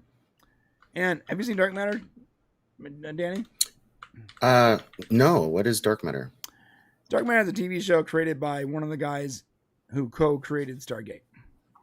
Okay. And it's about this crew of like thugs, like criminals, that lose their memories. And in the process of losing their memories, as they regain them, they become more of the heroic archetype. Because it's a great actual sort of look at nurture versus nature. Like just because they were bad people, when they lost their memories, their experiences crafted them into these like hardened criminals. But without their memories, their new personas were actually good people. So it's almost like the nurturing part. Their nature was never evil. It was the fact that they grew up in these environments that made them such shitty people, Anyways, it's a great, awesome series. And it was canceled by Sci-Fi. And the thing is, Joe Malazzi actually still owns it outright. So it's not owned by Netflix. It's not owned by anyone. He owns it. And he's been shopping around the season 4, but no one wants to make a science fiction show, an ensemble science fiction show. It's going to cost $3 million an episode. So, well, apparently you can watch it for free on the CW app. So I'll check. Yeah, you can watch seasons 1 through 3. Yeah. Thank you, John. Mm-hmm. John Burns. No, I'm autistic like Rain Man. Don't know $1 billion. Yeah. 1,000 million. It's a lot of money, dude. Michael Nemo for $5. Someone online said that they want Kirk to have his own show again so that they can start telling the classic episodes again, but with a modern take. I mean, to each their own, but like, I don't need to see that. Like, if I want to watch the original series, I can, I can watch the original series. Like, I don't need them to remake it. No, here's the deal. If they remade, here's an idea. Ready? If they remade shot for shot with graphics and modern music, like, I'd watch that. But they're not going to do that. Like, they're not. Yeah. Like, what's going to happen? And here's what I suspect. When we do get to TOS, you know what? You heard it here first. My prediction: if we get to TOS, if Strange New World is not canceled, and we actually get to a TOS type show where Kirk is actually the captain of the Enterprise and Spock is his number one. When we get there, at the very least, there will be sexual tension between Kirk and Spock. No, I'm not. You're not. It's not even a joke. 100% serious. Oh God.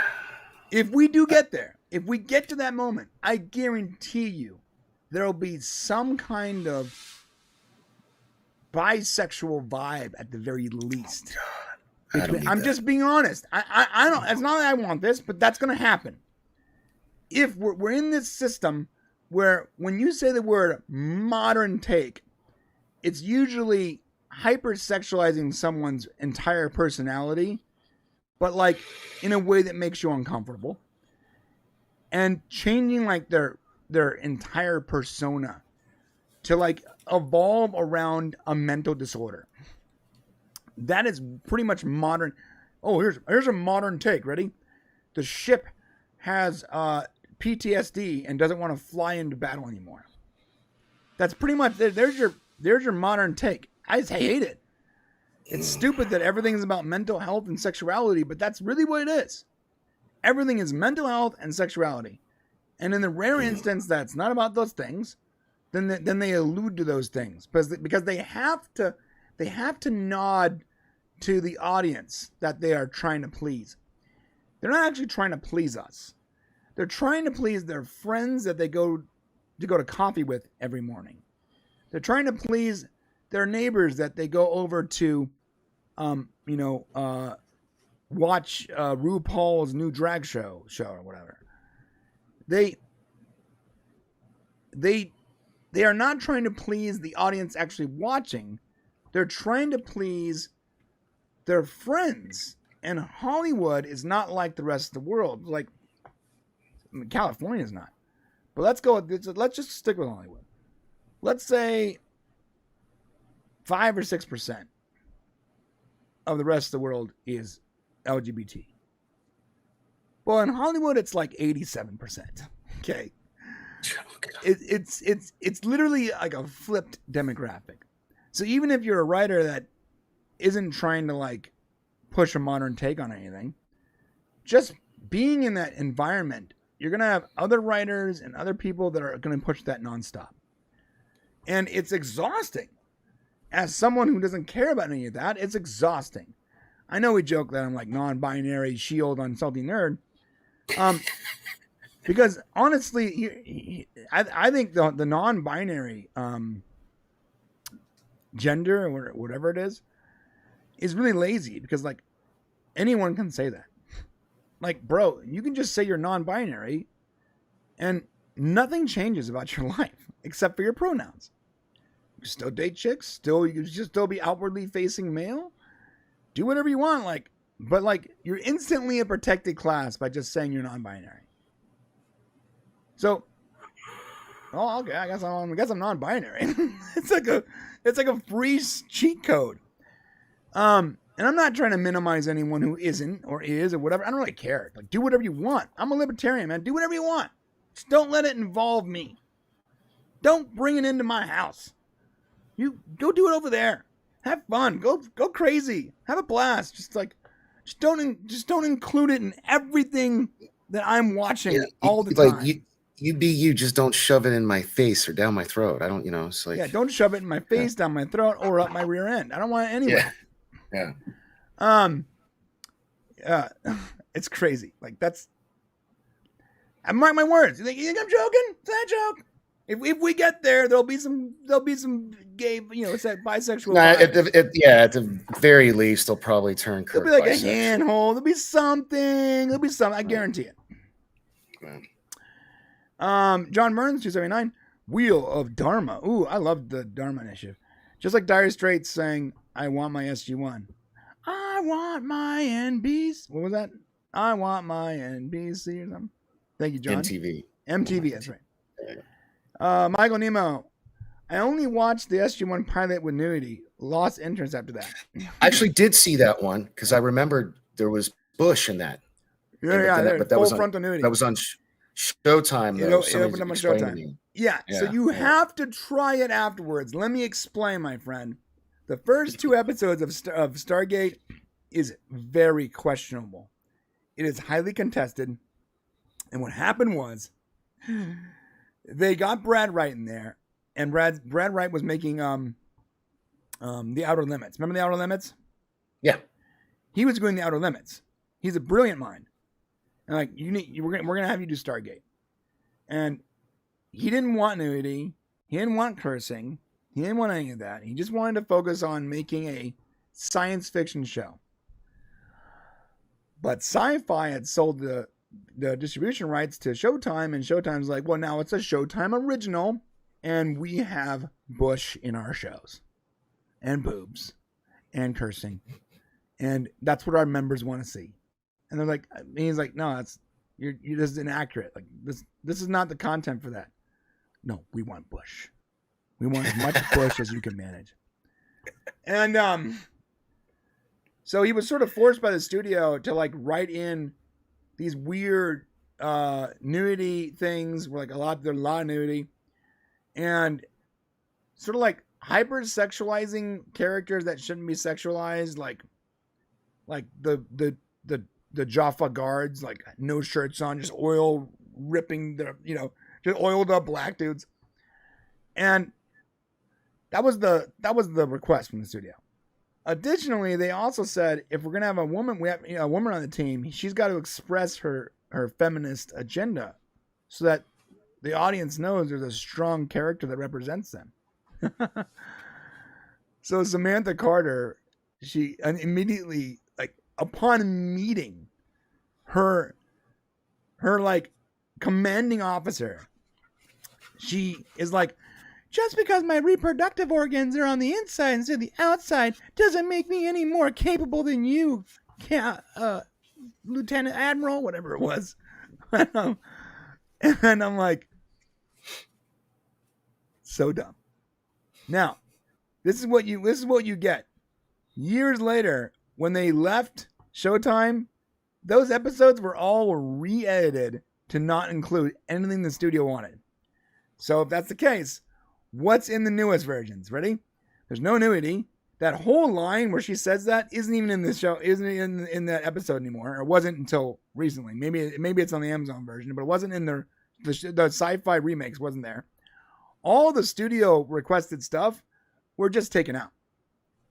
And if you watch the version that is just about SG1 and it's not this weird like sort of like crossover Stargate 1.5 movie, then it works.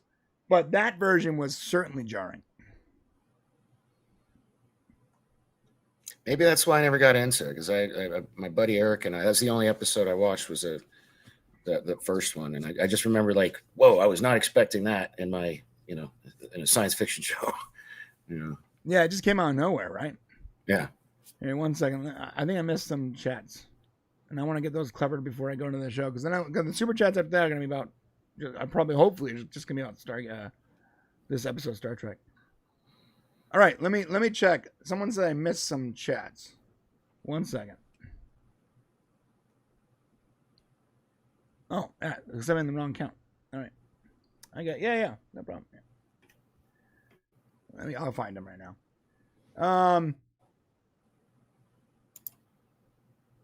Okay. Here we go.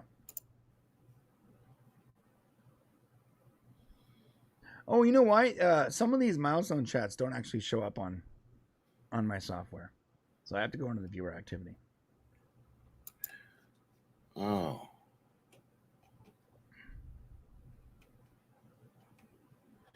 Yeah, Archmage said Goldsman's answer is incorrect. They create a bridge and terror attack in the same episode that didn't exist in R 2022.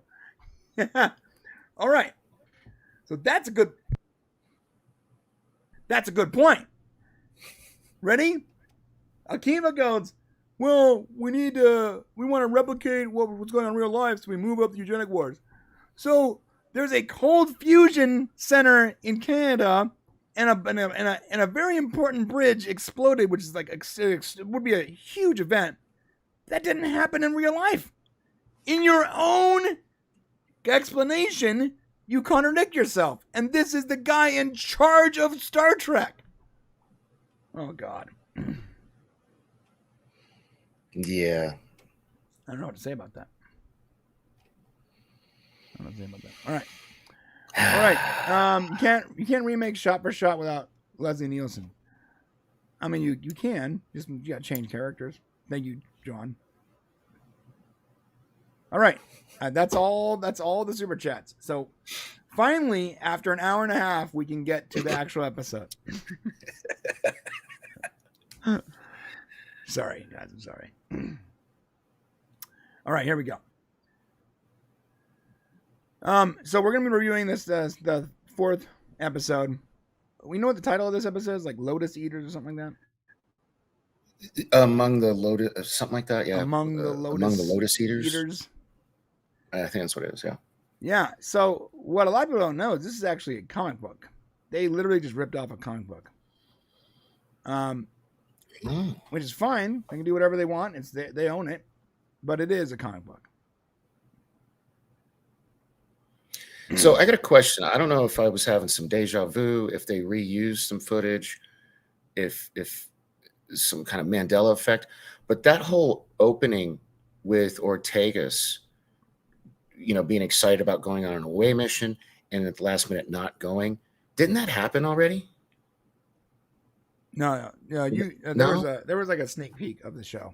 Is that what it was? Okay, because yeah, you already saw that because they showed that like months before the show actually came out. Oh, okay, yeah, because that was like at first when I was watching it, I was like, am I watching the wrong episode? Is this like last season? It was really confusing for a second, but okay, that makes sense. Okay, so here we go.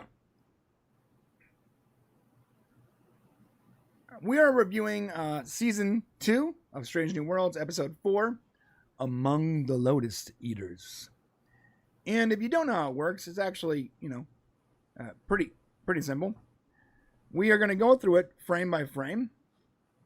And if you look at the screen here, there are 2 numbers. If we like something, we're going to give it an upvote. If we dislike something, we're going to get a downvote, and that'll be a negative.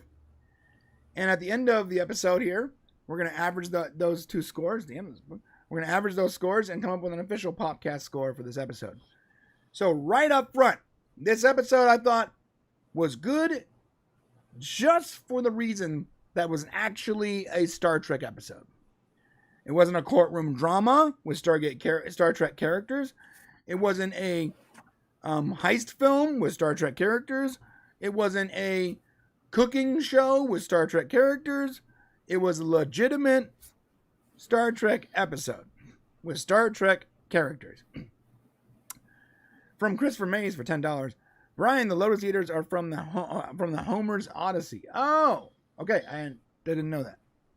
Some people are more refined than I am when it comes to literature.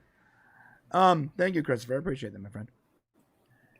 So, the reason why this episode is immediately above the other episodes for me is it was really an actual Star Trek episode where the ship goes to a planet to resolve a problem and ends up in an adventure, whatever. And Pike is actually in it. And Pike's in it. You know the main character of your show that have just been missing for 3 episodes? Yes, Pike's in it. I know you would say, well, he's not the main character. It's an ensemble cast. Well, you built the entire show pretty much around his character, so. Yeah. I don't know why we're not getting more of his character. Like, honestly, like, I don't mind Nurse Chapel. I think she's super hot. But, like, Yeah. I don't need it. I don't need Nurse Chapel episodes. I like Uhura's character. I like the character of Uhura. I like the person that plays her. I like the actress. I've met her. But I don't need an Uhura-focused episode. All I care about, from my perspective, is the 3 main characters are Pike, Una, and Spock. Everyone after that is a supporting member of the show. If you try to give everyone a voice and give everyone spotlight, you end up with a mess. And the reason why this episode works while other episodes didn't was because you couldn't give more than 3 people the spotlight. That's it. The situation they were put into, it felt like classic Trek because it had to be, because there were only 3 people on the mission. So this episode feeling like Star Trek to me is just strengthening my entire argument for why an ensemble cast can be ensemble but still have the focus be on the main characters and not the entire cast.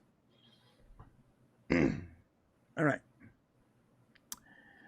Sorry. No, you're fine. That's I intro. agree with that.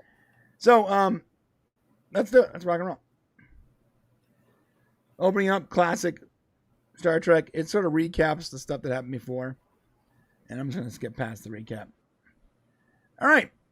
First downvote here. We're literally opening with Pike cooking. Didn't even ease into it this time. This was like just no lube Pike cooking. Immediately. Yeah.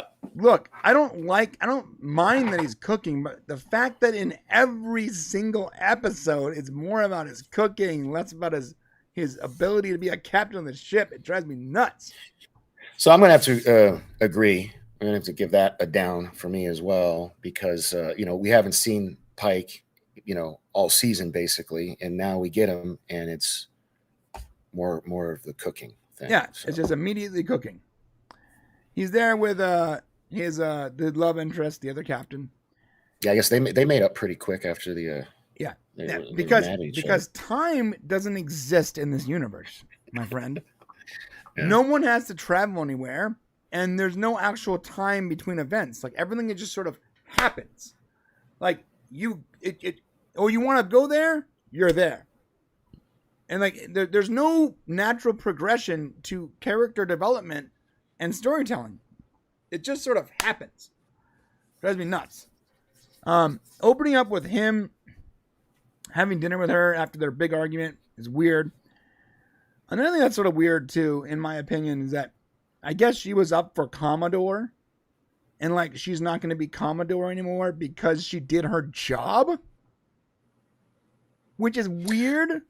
It's a weird. I don't know what are they trying to address here? Like that her boss is a dickhead? I don't get it. She just did her job. She wasn't like overly biased either way. She did her job. And now she's getting sort of punished for it. And Pike seemed to think it had to do with the fact that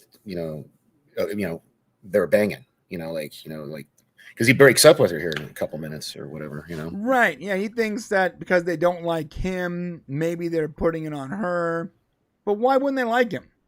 It's like they're trying to make him like the rebel of Starfleet, but like he's done nothing rebellious. It's not like the brass doesn't like his methods, but he gets the job done. No, the guy he cooks for people and he's very nice. Why would you not like him? There's no reason not to like Pike. So this whole thing, the reason I gave this scene a downvote is it's 100% unnecessary. Here's the story wise, right? I'm not a writer like Kadish or Shane. I'm not. I don't create any movies, but I can tell you right now. if there are entire scenes that have zero weight in the story you're trying to tell, then you have to ask yourself, why are these here? Okay, I think the only purpose this scene served, in my opinion, was the medallion that she gives him. You know, right? So you go.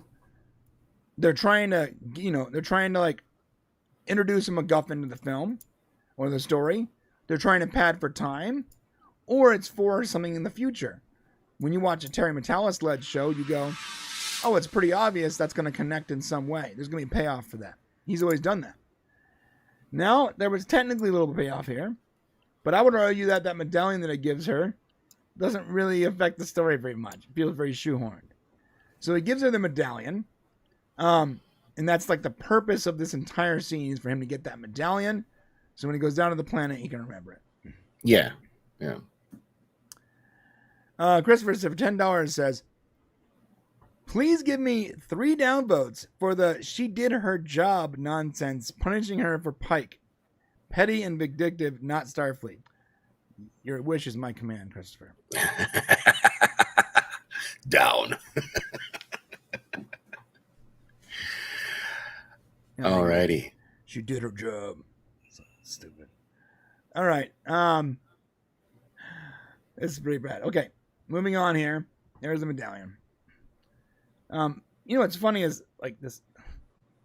I'm starting to think that the apron is just part of his uniform. Like it's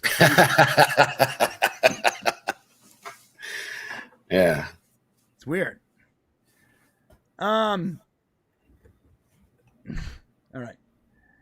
So yeah, they break. We're just gonna skip past all this. She gives the medallion, and there's a lot of stuff that doesn't actually affect the story, and they move on. Blah blah. So the planet they're going to is actually directly. Well, they just broke up. Right, they broke up. Yeah, just yeah. Oh, Gavin is saying McCoy is going to get that medallion in the motion picture.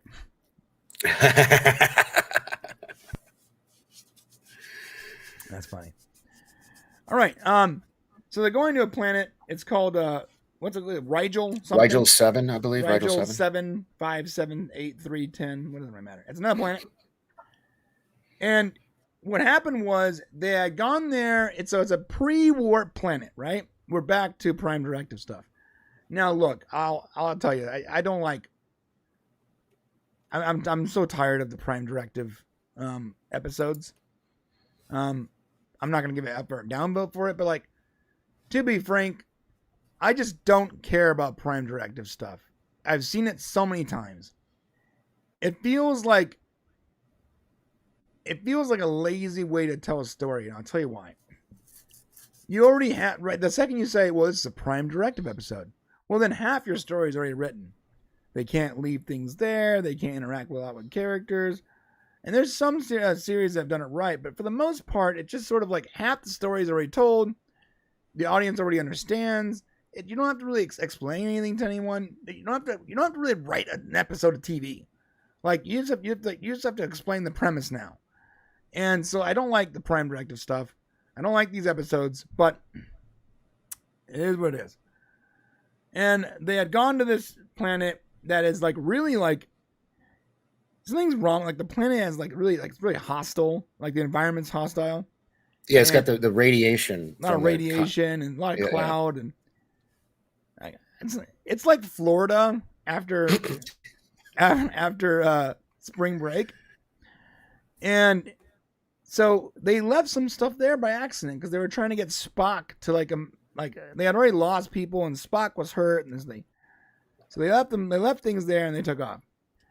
Well, then Starfleet's been monitoring this thing from afar, and for some reason these are the people they lost, right?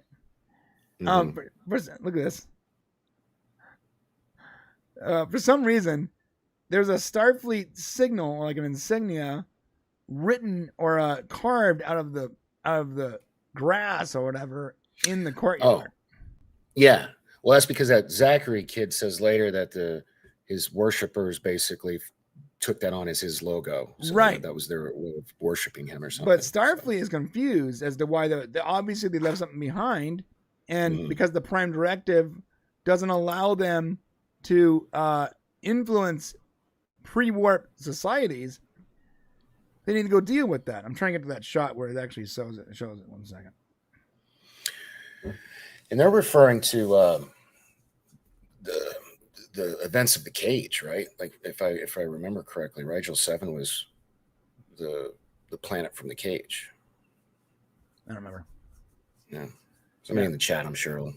The only planet that I'm well versed on is Ryza. I'm trying to get that shot of that actual insignia, but sorry, I can't find it. Anyway, so that's why they're going there.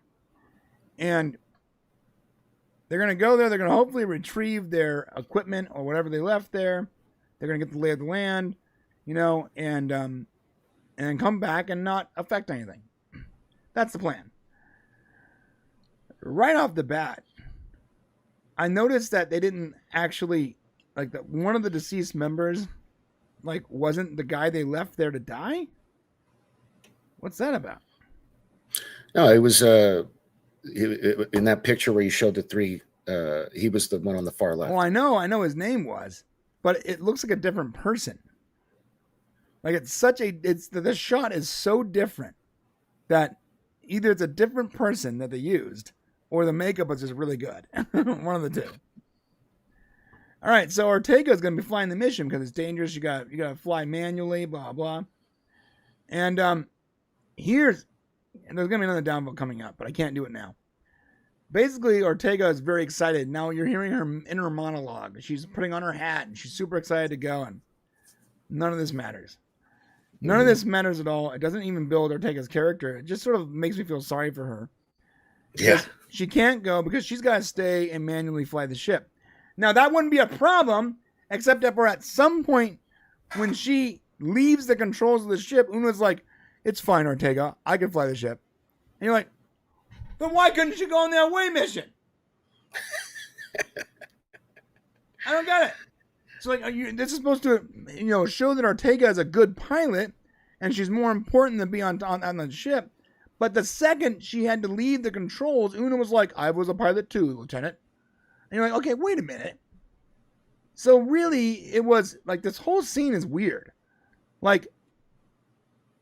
It's supposed to show her disappointment. It's not. There's no character growth here. It's not showing that she is good at her job. It's not adding to her character. It's just sort of mean, or disappointing, I should say. And then additionally, I feel like it's a device to make sure there's only 3 people on the planet. Mm-hmm. It was. I didn't like this.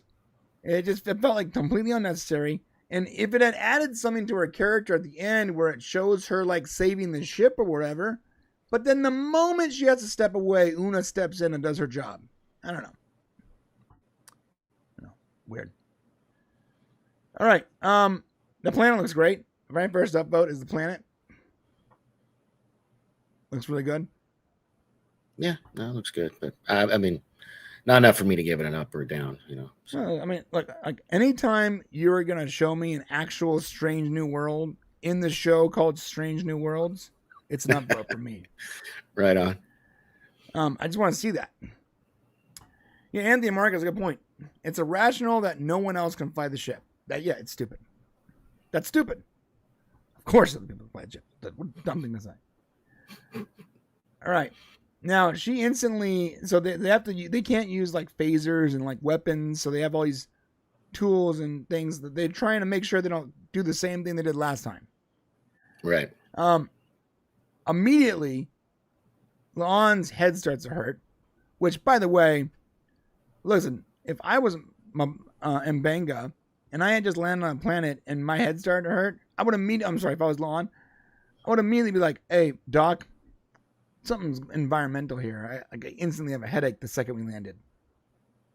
Yeah, and I thought it was weird. Why did she get affected first? I mean, she's smaller. Yeah, but she's an augment. So I mean, you feel I don't know. Well, so on that note, you're saying, why was she affected first? I'm assuming because she weighs less than they do.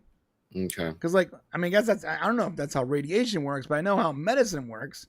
The more you weigh, the less effective medicine is, right? Mm-hmm. And alcohol. So that might be a factor. Her augment status to me doesn't matter because she is so far removed from Khan genetically that sharing her sharing a last name with Khan is about as likely as my last name being shared with that famous general. I'm not going to dox my last name here. But like I share a last name with a very famous general. Does that mean we're related?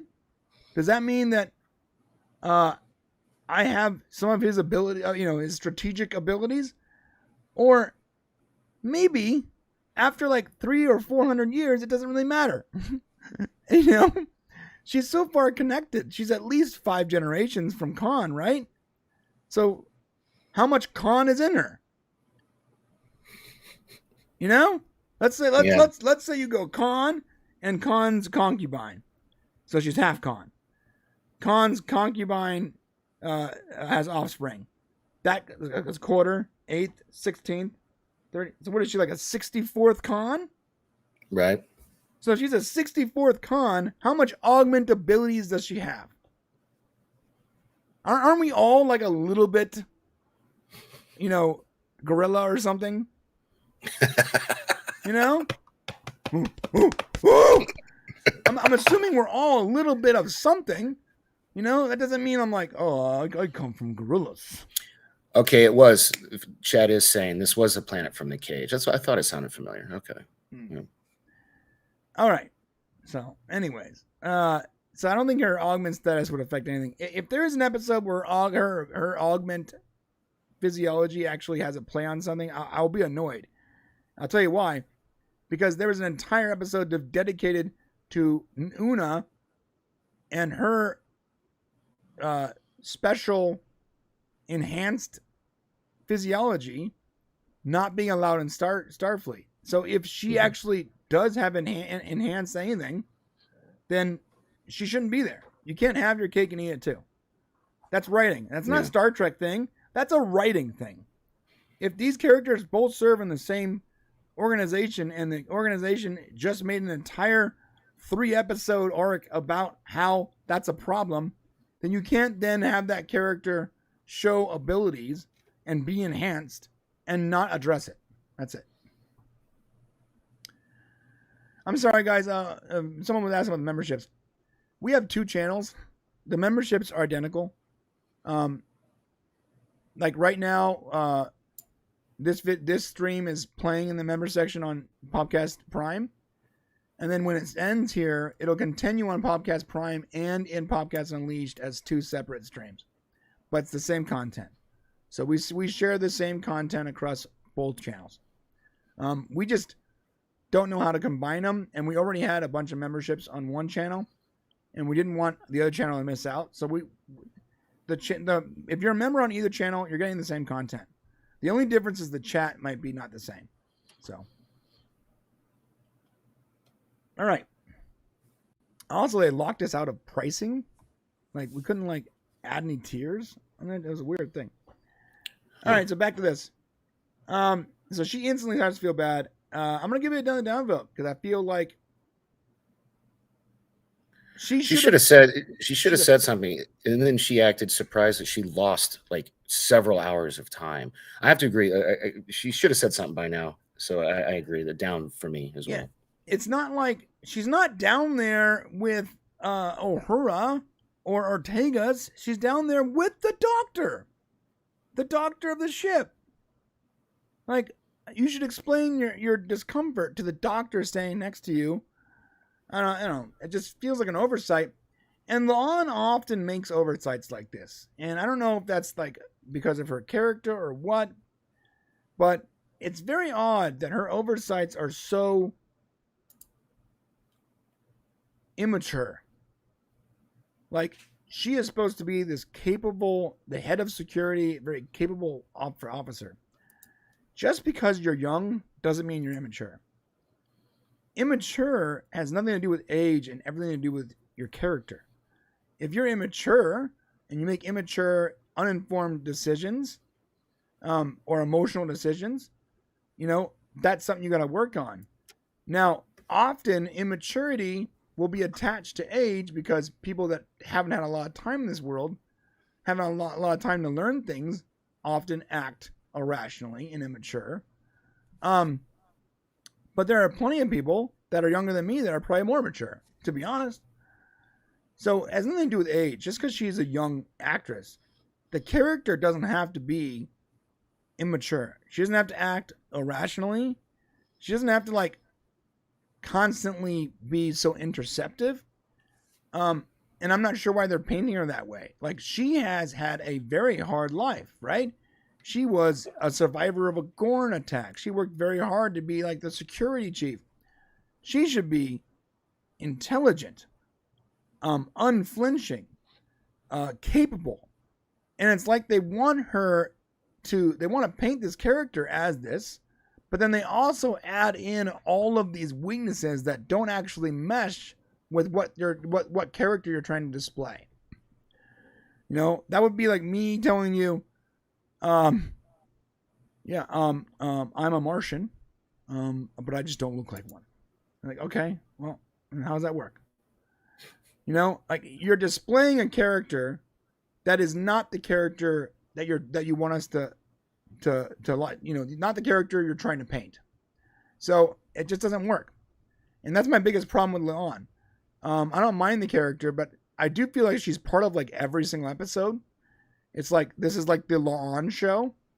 The very first episode, she had left Starfleet, right? And you're like, well, I wonder what are they going to do without Leon? How are they going to introduce her? 15 minutes in, she was back in charge. Like, like we left an episode with her leaving. Within 15 minutes, she was back with the crew. She sends a message, and what does the crew do? Steal the ship to go find her. Boom! It's back to the On show. In the second episode, an episode that really had nothing to do with this character at all, they had like this B story going, where she was trying to find information for Una. For some reason, she was very prominent in the story that had nothing to do with her. Right? And now in episode 3, she's on the 3-party away mission. It just seems like she's very featured. Episode 4. Episode 3. Episode 3 was all about her too. Yeah, my bad. Yeah, her and Kirk. And I was just thinking, maybe that's what's wrong with her. She's still heartbroken over Kirk in this episode. I mean, maybe you're right, but maybe that's what they're trying to display. But like, that's bad for a Starfleet officer to let her emotional issues affect herself. But whatever. The thing is, she's been predominantly featured in every episode so far, and as someone who's seen the entire season, she's a very important character, and not for the story, just seemingly to be in every episode. It's like her agent was better at getting her on the show than Pike's agent. Yeah. All right. So the entire planet is having an issue. The entire landing party is having an issue because the planet's radiation is affecting their cognition. Well, I don't think abilities. The guys haven't noticed anything yet, right? As of this point, I don't think they've noticed anything. Yeah, so we have not been told that they're noticing it, but yeah, I think they are. Everyone's being sort of affected. Something's a little off. Well, when they get there, guess who has like real weapons and phasers? Like, look at that face right there. That's him having a problem. See? Yeah. So they have phasers. They have like actual Federation technology. So they capture him. They take him in there. And the king of the planet is a guy who served as an ensign or a yeoman or whatever on the Enterprise. And he's very bitter that they left him. They left him there to die. And that's it. That's the entire premise. They're gonna kick him out. They're not gonna kill him. They're gonna let the planet deal with them. And apparently, everything outside the palace is affected memory wise. They lose their memories every day, and everyone inside. Yeah, he said that the palace is made out of something that shields them from the effects of the radiation. Well, we don't actually know that yet. Right, we don't know that yet, but yeah. Yeah, but everything inside the palace, everyone keeps a memory. So basically, I think at one point they think that they're using a device or something, which is like, I didn't like that. They went straight to like, he must have a device that has all of our memories. What? Yeah. Yeah. He's a yeoman from the ship with nothing but whatever you left behind, and it's a primitive world. Where would they have this device? Obviously, it's radiation. I would immediately think it's environmental, and there's something about the palace that shields them from that environment. That's it. Oh my god. All right.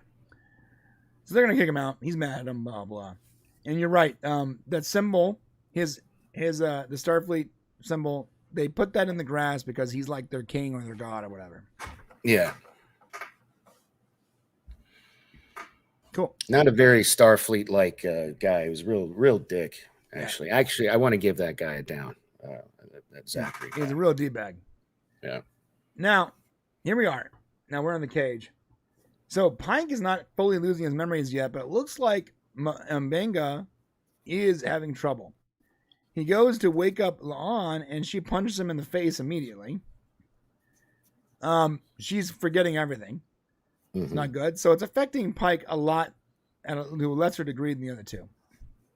This is my upvote. Pike is the guy in charge here. He's the guy who's more capable.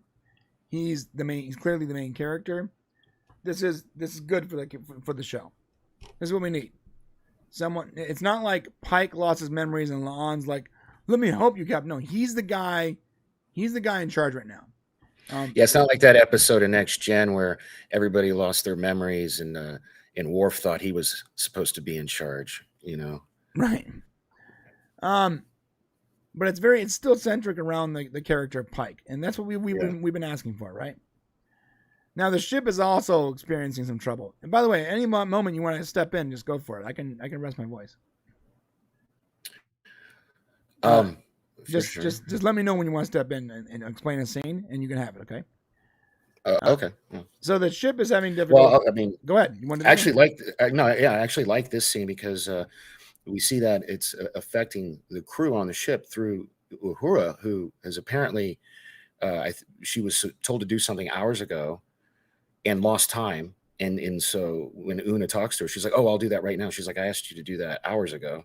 And she's like, "Did I do it?" She's like, "I think you need to go to sick bay." So I like how they slowly start showing that it is affecting people on the ship. And at first you think maybe it's just Uhura because maybe it's got something to do with her being the communications officer or something like that. Right. And we find out shortly when she gets to sick bay, like more reports are coming in and it's starting to affect everybody on the ship. Yeah. So the radiation is more than just on the planet. And that's interesting. Like, at what point can you just not live there? If your entire society society is going to have to live inside of like the one palace that has enough ore to protect them. It just seems like I don't know. I don't even know how life evolves there. Quite frankly. Yeah. Like, how does life even evolve on a planet like that?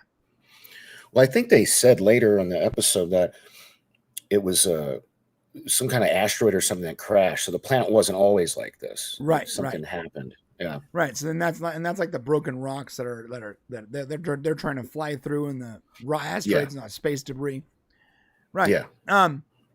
It's very cool the way they put it. Like I said, this is a Star Trek episode. And I like the explanations of things. I like the way they explain like the premise. It just wasn't very entertaining, if I'm being honest. To me, anyways, I'm sure other people liked it. So the problem they're having is on the ship, and it's affecting the ship too, which means that it's something to do with the asteroid belt, right? Mm-hmm. All right. Yeah, any more Nurse Chapel? Only, but here's the. I love me some Nurse Chapel. But before we get to that, this goes back to kind of part of your rant earlier. Only Ortegas can fly the ship. So why is she the one that takes Uhura to sickbay? You know what I mean? Yeah. It's like, okay. So from my perspective right now, the ship is careening out of control into the planet. Yeah. Imagine like you're driving the bus and you just like got up and left. Like they paint her as being the only one who could do this job, yet she's out. She's not at the wheel. Yeah. I mean, I got a good point, man. And she's having a casual conversation while the ship is just careening out of control. Oh man, there's Chapel's smoke show. She really is. Yeah. All right. Moving on. So we get there, and there's this kind man who instantly comes into this position of like trying to. He's like the exposition dump. He's the guy. He's going to explain to them and the audience what's going on right now. Mm-hmm. And they've developed like this almost religion about forgetting their memories, where they write down their memories every day, the more important stuff on their bodies and on the totem or whatever. Yeah. And they don't forget everything. Like they don't forget how to speak, how to walk, how to use tools, but they forget all the personal stuff, which I guess makes sense. That means that the radiation is only affecting a very specific portion of their brain. Or maybe their short-term memory or something. I'm not sure exactly what. Yeah. Chapel, I don't know if it was this previous scene or the next scene she's in. She explains it with the brain scan, where it was affecting 3 specific parts of their brain. Right. That's cool. Very sciencey. And so I did like that. Yeah. I found it interesting that this character was really necessary to the story. Like, you had to have a character that would push this along. If Pike had to figure out this on his own, this would be a 3-hour movie. Yeah. So I understood that. I understood the concept of, like, the exposition dump. Totally did. But, it's just necessary. That's it. I don't like it or hate it. It just sort of is. Also, like, they can clearly remember this. Like, this society can fashion metal. Like, they can work with heavy ores. That is almost a CNC cutout of the Starfleet symbol. Yeah. In that iron or whatever.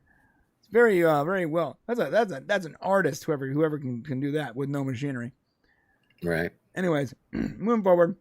So they're working. They're picking up ore and they're working in the mines or whatever. So I do within this scene, I do want to give this an up. I like how when Pike is talking to this guy and he's like, these hands have never seen work. This isn't what I do. Like he feels like something's like they're out of place, but he doesn't know what it is. I really liked how little things like that, like, well, this guy's showing him the tattoos, is how we remember stuff, and he's a woodworker and you guys are stone breakers or whatever. You are the stone breaker class, and you are the woodworker class. Yeah. So I did like little things in this scene that felt Star Trekky to me. So. Yeah, it was Star Trekky. Like someone said in the chat here, Archmaid said, it was like a summary of 10 different Star Trek episodes, but it didn't do anything interesting or new. And yeah, that's it. It's a Star Trek episode. It is. It's like the first genuine Star Trek episode we have, but it doesn't really add anything to anything. It just feels sort of. And it's a bummer. You said that this is basically a Star Trek comic they just lifted the story from. Right. Yeah, that's kind of a bummer. Yeah, this is an exact like story beat by story beat recreation of a comic book. So I hope they paid that writer some money then. I don't know. Yeah, so I don't know. Like I said, I love that this is Star Trek, and I would stick with that. I would rather have this than anything else. But it just wasn't very entertaining. No, I mean, for my money, the previous episode, which I'm sure we disagree on, it's my favorite so far. It was my favorite too. Okay. It was my favorite until I got to like the 5th rewatch where I was like, oh, this is the episode that just wrecks everything.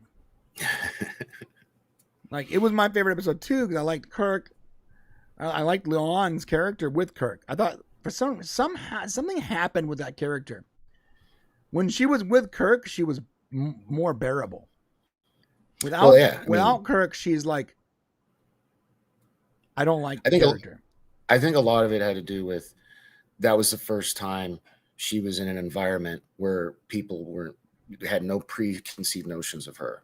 Like they weren't judging her based off of who she was, and she was, nobody knew who she was because, you know, quite frankly, she never existed in that timeline. So I don't know. I did like a lot of stuff about that episode, but here we're about to get into a nice little fight scene, which I want to give this an up. Okay. Because there were stakes. Lon gets kind of like gutted here, you know, and oh yeah, you were worried about her for several minutes, like, you know. Yeah. By the way, Lon is supposed to be like this, you know, augment that can fight real well. But to their credit, we have never actually seen her utilize any augmented abilities. And if you recall, I don't think she's ever won a fight.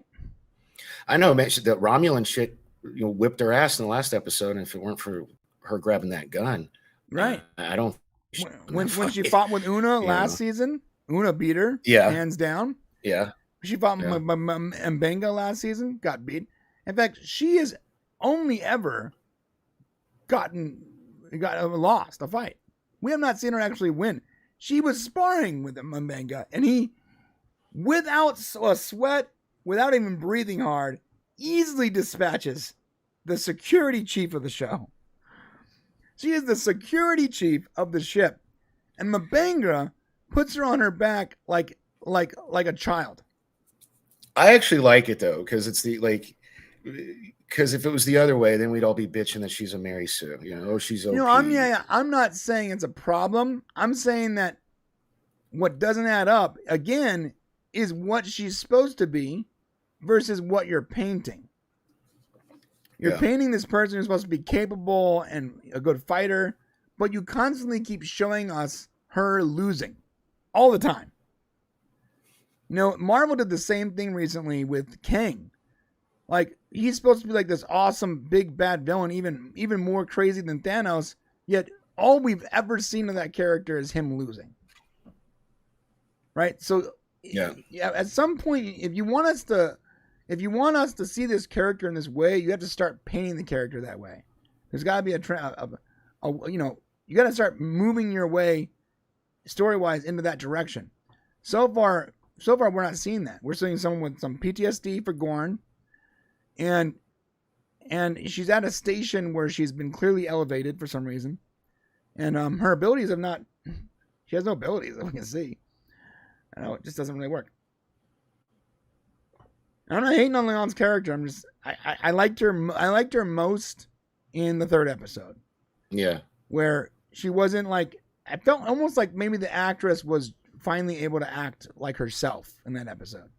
Yeah, and not like this sort of So here's the scene that I was talking about where she starts explaining it. I want to give this an up. Anytime they put some Star Trek, any science, battle, science that actually works. Yeah.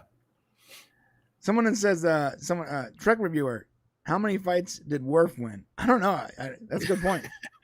Did Worf ever win a fight? Worf never won a fight until DS9. Really? Yeah. I think that's about right. That actually adds up. That's funny.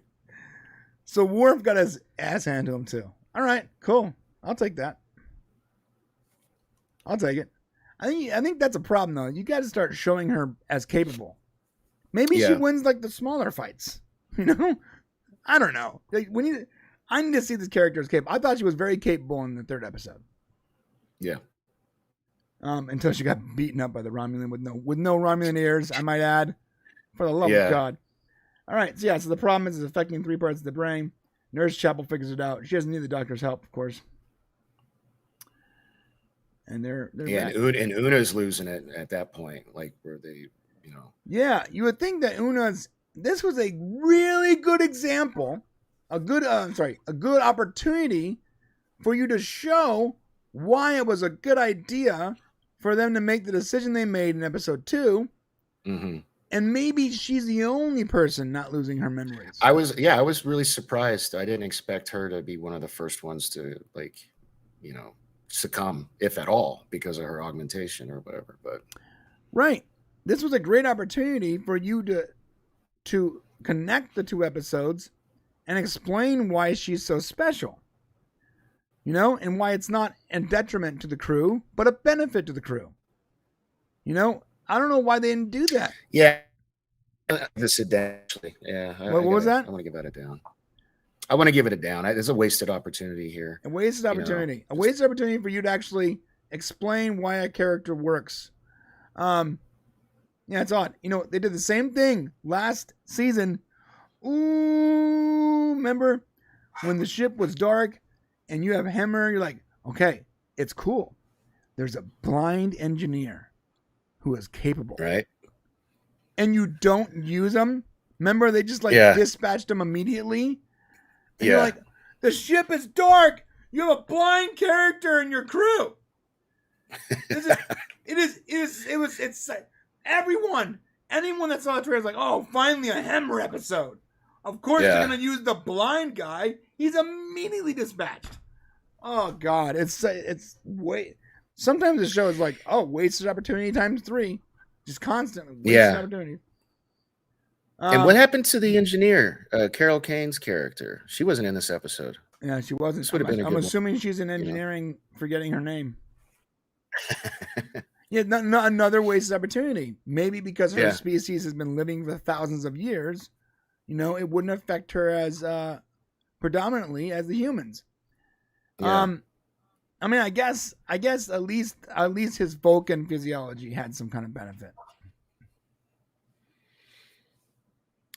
You know, and maybe I guess it delayed it, or maybe or something. I don't know. Yeah, I don't know either. But this is where she's about to lose her shit here, I believe, or stuff here. Sorry. Remember, you got to substitute words with shirt. Ship. Fork. Ship. SHIP. Your ship. Yeah, she's about to lose her memory. She's kind of lose it, and she's gonna run off to her bedroom here in a second.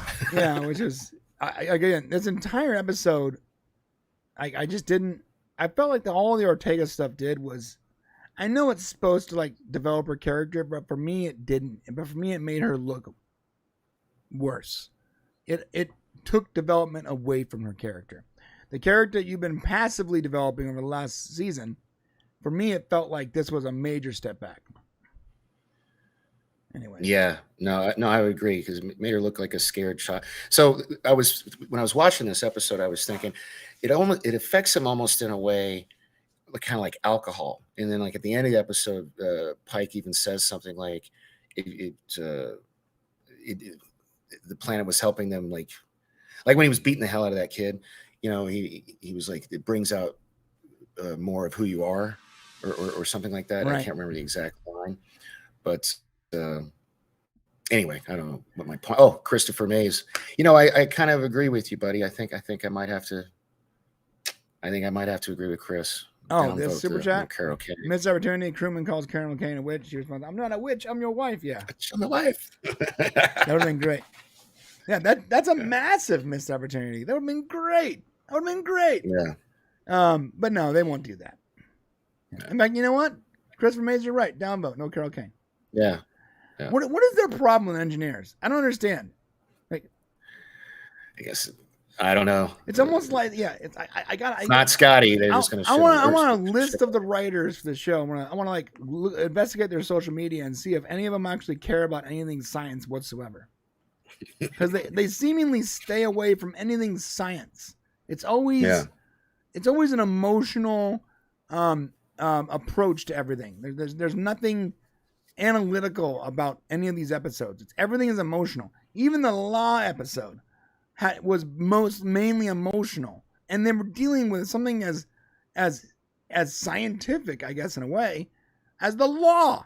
It's very specific, right? I don't know. I do like this though. The Hutts have their names on it, because my first thought when seeing the Hutts, I'm like, how do they know where they sleep at night? Well, their names. Yeah, and the guy brings that up, like it's the first thing he brings up. Right. It's good. All right. She's hurt. She needs medical attention. Pretty much dispatches her character immediately, which means you didn't need her to be there. Just so you know, there was no reason for her to be there. Yeah. She doesn't actually advance the plot in any way. She's just sort of a device, almost like a human MacGuffin or a human. Like it puts a clock on the episode because she's hurt. Yeah. And it's supposed to like add anticipation for the audience, perhaps, but it just feels a little cheap to me. I'm not gonna give it a downvote, but that's just what it feels like. All right, and there's the totem they write all their memories on. Mm-hmm. Imagine living like this, dude. My first thing every morning when I was explained how the world works, like, yeah, this is stupid. Let's figure out why this is happening. This can't be normal. Like, right. Wait a minute. Let's just not work this way. Let's figure out how do we... Oh, the guards keep their memories? Let's find out how they're doing it. Like, my first reaction, this is not a way to live. Like, I'd rather die than continue to live that way. Well, this poor bastard, he's just kind of, succumbed to the, like, he didn't even want to get his memories back at this point. Like, right. He's convinced himself that the gods lie on, some kind of a spiritual thing about him losing him for a reason. Yeah. It's just right. I don't mind the character, but I also didn't like him or hate him. He just sort of was. They did focus on him a lot, and I feel like the focus should have been more on him had there not been a La'an clock on the episode, and that weird emotional Starfleet and yeoman or whatever that was left behind. These two, both those characters and the clock drew attention away from what could have been a very, a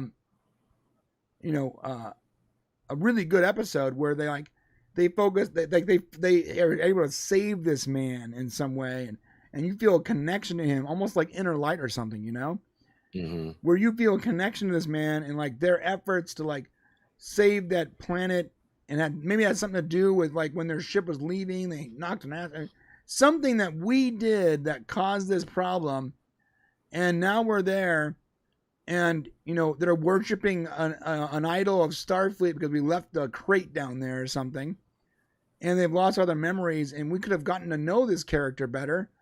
And then they solved the problem with science. But because we're in a modern era, everything has to have fighting and gunfights. And there needs to be a very clear, like, bad guy. And it couldn't just be a bad situation where they had to solve the problem. It had to be like a typical, there's a bad guy doing bad things for bad reasons. And there's a good guy who's being, and there's a victim that can't fend for themselves. And we have to save them. That's pretty much like classic, mustache twirling, railroad tying villain stuff.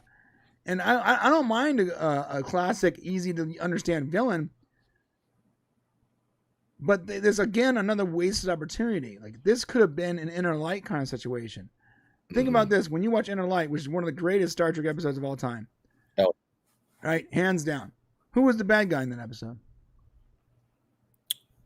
There really wasn't one. Just there wasn't. The sun. Or whatever sun. It was. Time. Right? Yeah. Time. Entropy. Everything is eventually going to die. Look, guys, I love that you guys watch our show. It's awesome. It is. But 100 years from now, no one's going to watch this show. No one's going to know our name. No one's going to know your name. 200 years from that, people are going to forget what YouTube was at some point. Enough time passes, everything is forgotten after enough time. Everything. Yeah. So when that society was like, look, we want a record of us. We don't want to be lost to time. That was like, dude, I'm just thinking about it now is making me emotional. It's so powerful. Such a powerful statement.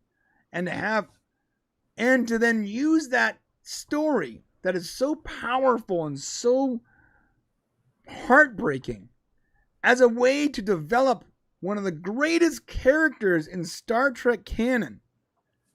Picard was able to live an entire life and remembers every minute of another life. That is what an incredible gift to bestow onto a character. This is why this man is so full of wisdom. He has lived 2 lifetimes. 2 different lives. That's why it was so good. It develops the character, it adds to the character, and it tells this amazing story that we had not heard before. And there was no bad guy. There was no good guy. They were just people. And it's okay to have that. And this is a wasted opportunity. Ready? This could have been an Inner Light type situation. This could have been one of those episodes that people were going to be talking about in 25 years on the new YouTube called Kickface. You know? Yeah.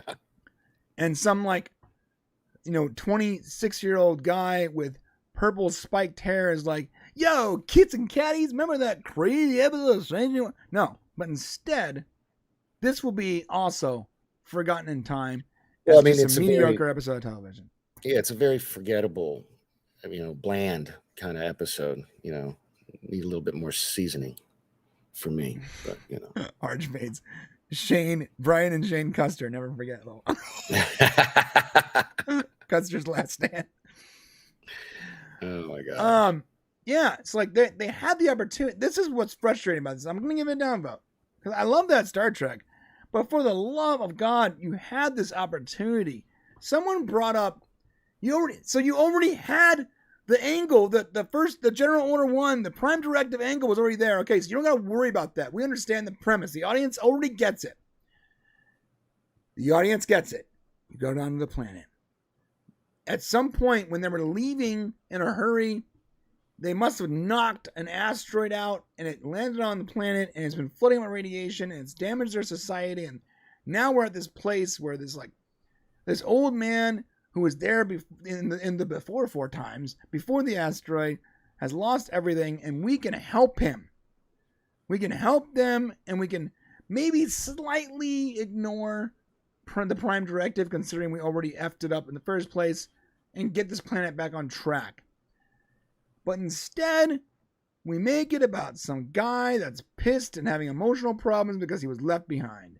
And we're right back to mental health, dude.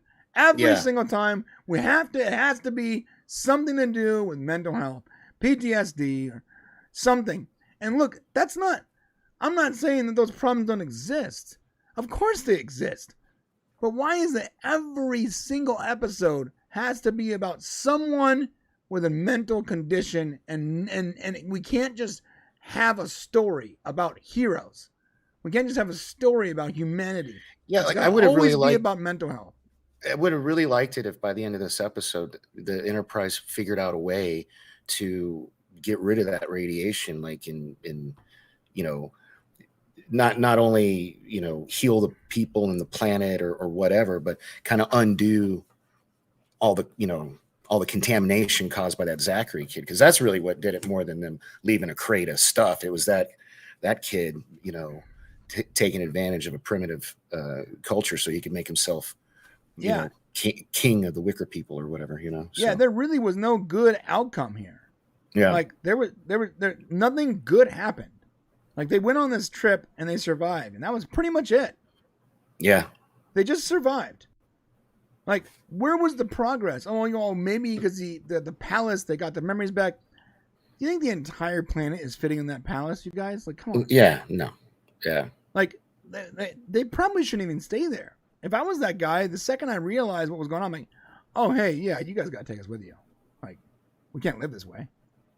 Clearly. Like, I don't understand. I don't know. Wasted opportunity. Again, it's a Star Trek episode, but they could have done so much with this, and they fell into sort of modern traps that exist in modern day writing that really limits your ability to create good TV because you have to do certain things. I have to do this, and I have to have that, and I have to have this person, and I have to address this, even at the sake of story. Okay, so I'm sorry. Thank you, Frey. He says that they did remove the crash meteor freeing the planet from the radiation. You know what? I don't even remember. That's how forgettable this episode is. Oh, I don't remember that either. Yeah. So. That's funny. I don't remember that either. I watched this episode like 3 times too. Is it like something they say at the very end? Maybe really quickly, like some kind of like. Yeah. Oh, and by the way, we did this. Like, oh, okay, cool. I don't know. Again, probably because the focus is so much on the characters and not on these obvious things. That's funny. I don't remember that. It's hilarious. Yeah. It must be at the very end. It must be. Yeah. All right. Well, that's good. At least that should have been the focus then, but I guess it wasn't. Moving on. So Leon is really hurt, so they gotta go to the palace. So, this is good. So he does find there's your little connection. He has the amulet that I think was it Patel gave him. Patel, yeah, Captain Patel. Yeah, Patel. His little side piece. His side piece. I don't know. I think Pike might be her side piece. Right. I think she also seems to have a lot more rank than Pike. Have you noticed that? I think they're both. Does she? I know they're both captains, but like the way she treats them and the way he speaks to her is almost like she is advancing her career way faster than he is, and he's sort of bottomed out. I mean, dude, he broke up with her because his relationship is affecting her career. Yeah. So he is he's such a bottom feeder in the captain's pool that she can't be associated with him for the sake of her career. That's weird to me. Yeah. I agree. I do like, and it's probably because I'm an emotional kind of guy. I do like how he keeps, like, it shows that like deep down inside, Pike does love that chick. You know, that's why he keeps holding on to that thing and having such the medallion and they make a point to show it. Like hell, you paused on it twice already. They show it 4 or 5 times where he's just like, I don't know why, but this is really important. Oh my God. I'm sorry. I'm going to interrupt you. You're fine. You know why we didn't see that, you guys? We didn't see that effects shot? Because we watched the screeners. That is not in there. That shot is not in the screener. The shot of them using shuttles to throw the asteroids away from the planet. Uh-huh. That's not in the screeners, dude. Oh. Well, you know. Okay, well, that explains why. Okay. I've gone over the screeners with a fine-tooth comb. I've purposely gotten scenes for our videos, and I don't remember that at all. I would have remembered that. I love fun graphics, cool graphics. So the Enterprise tows the meteor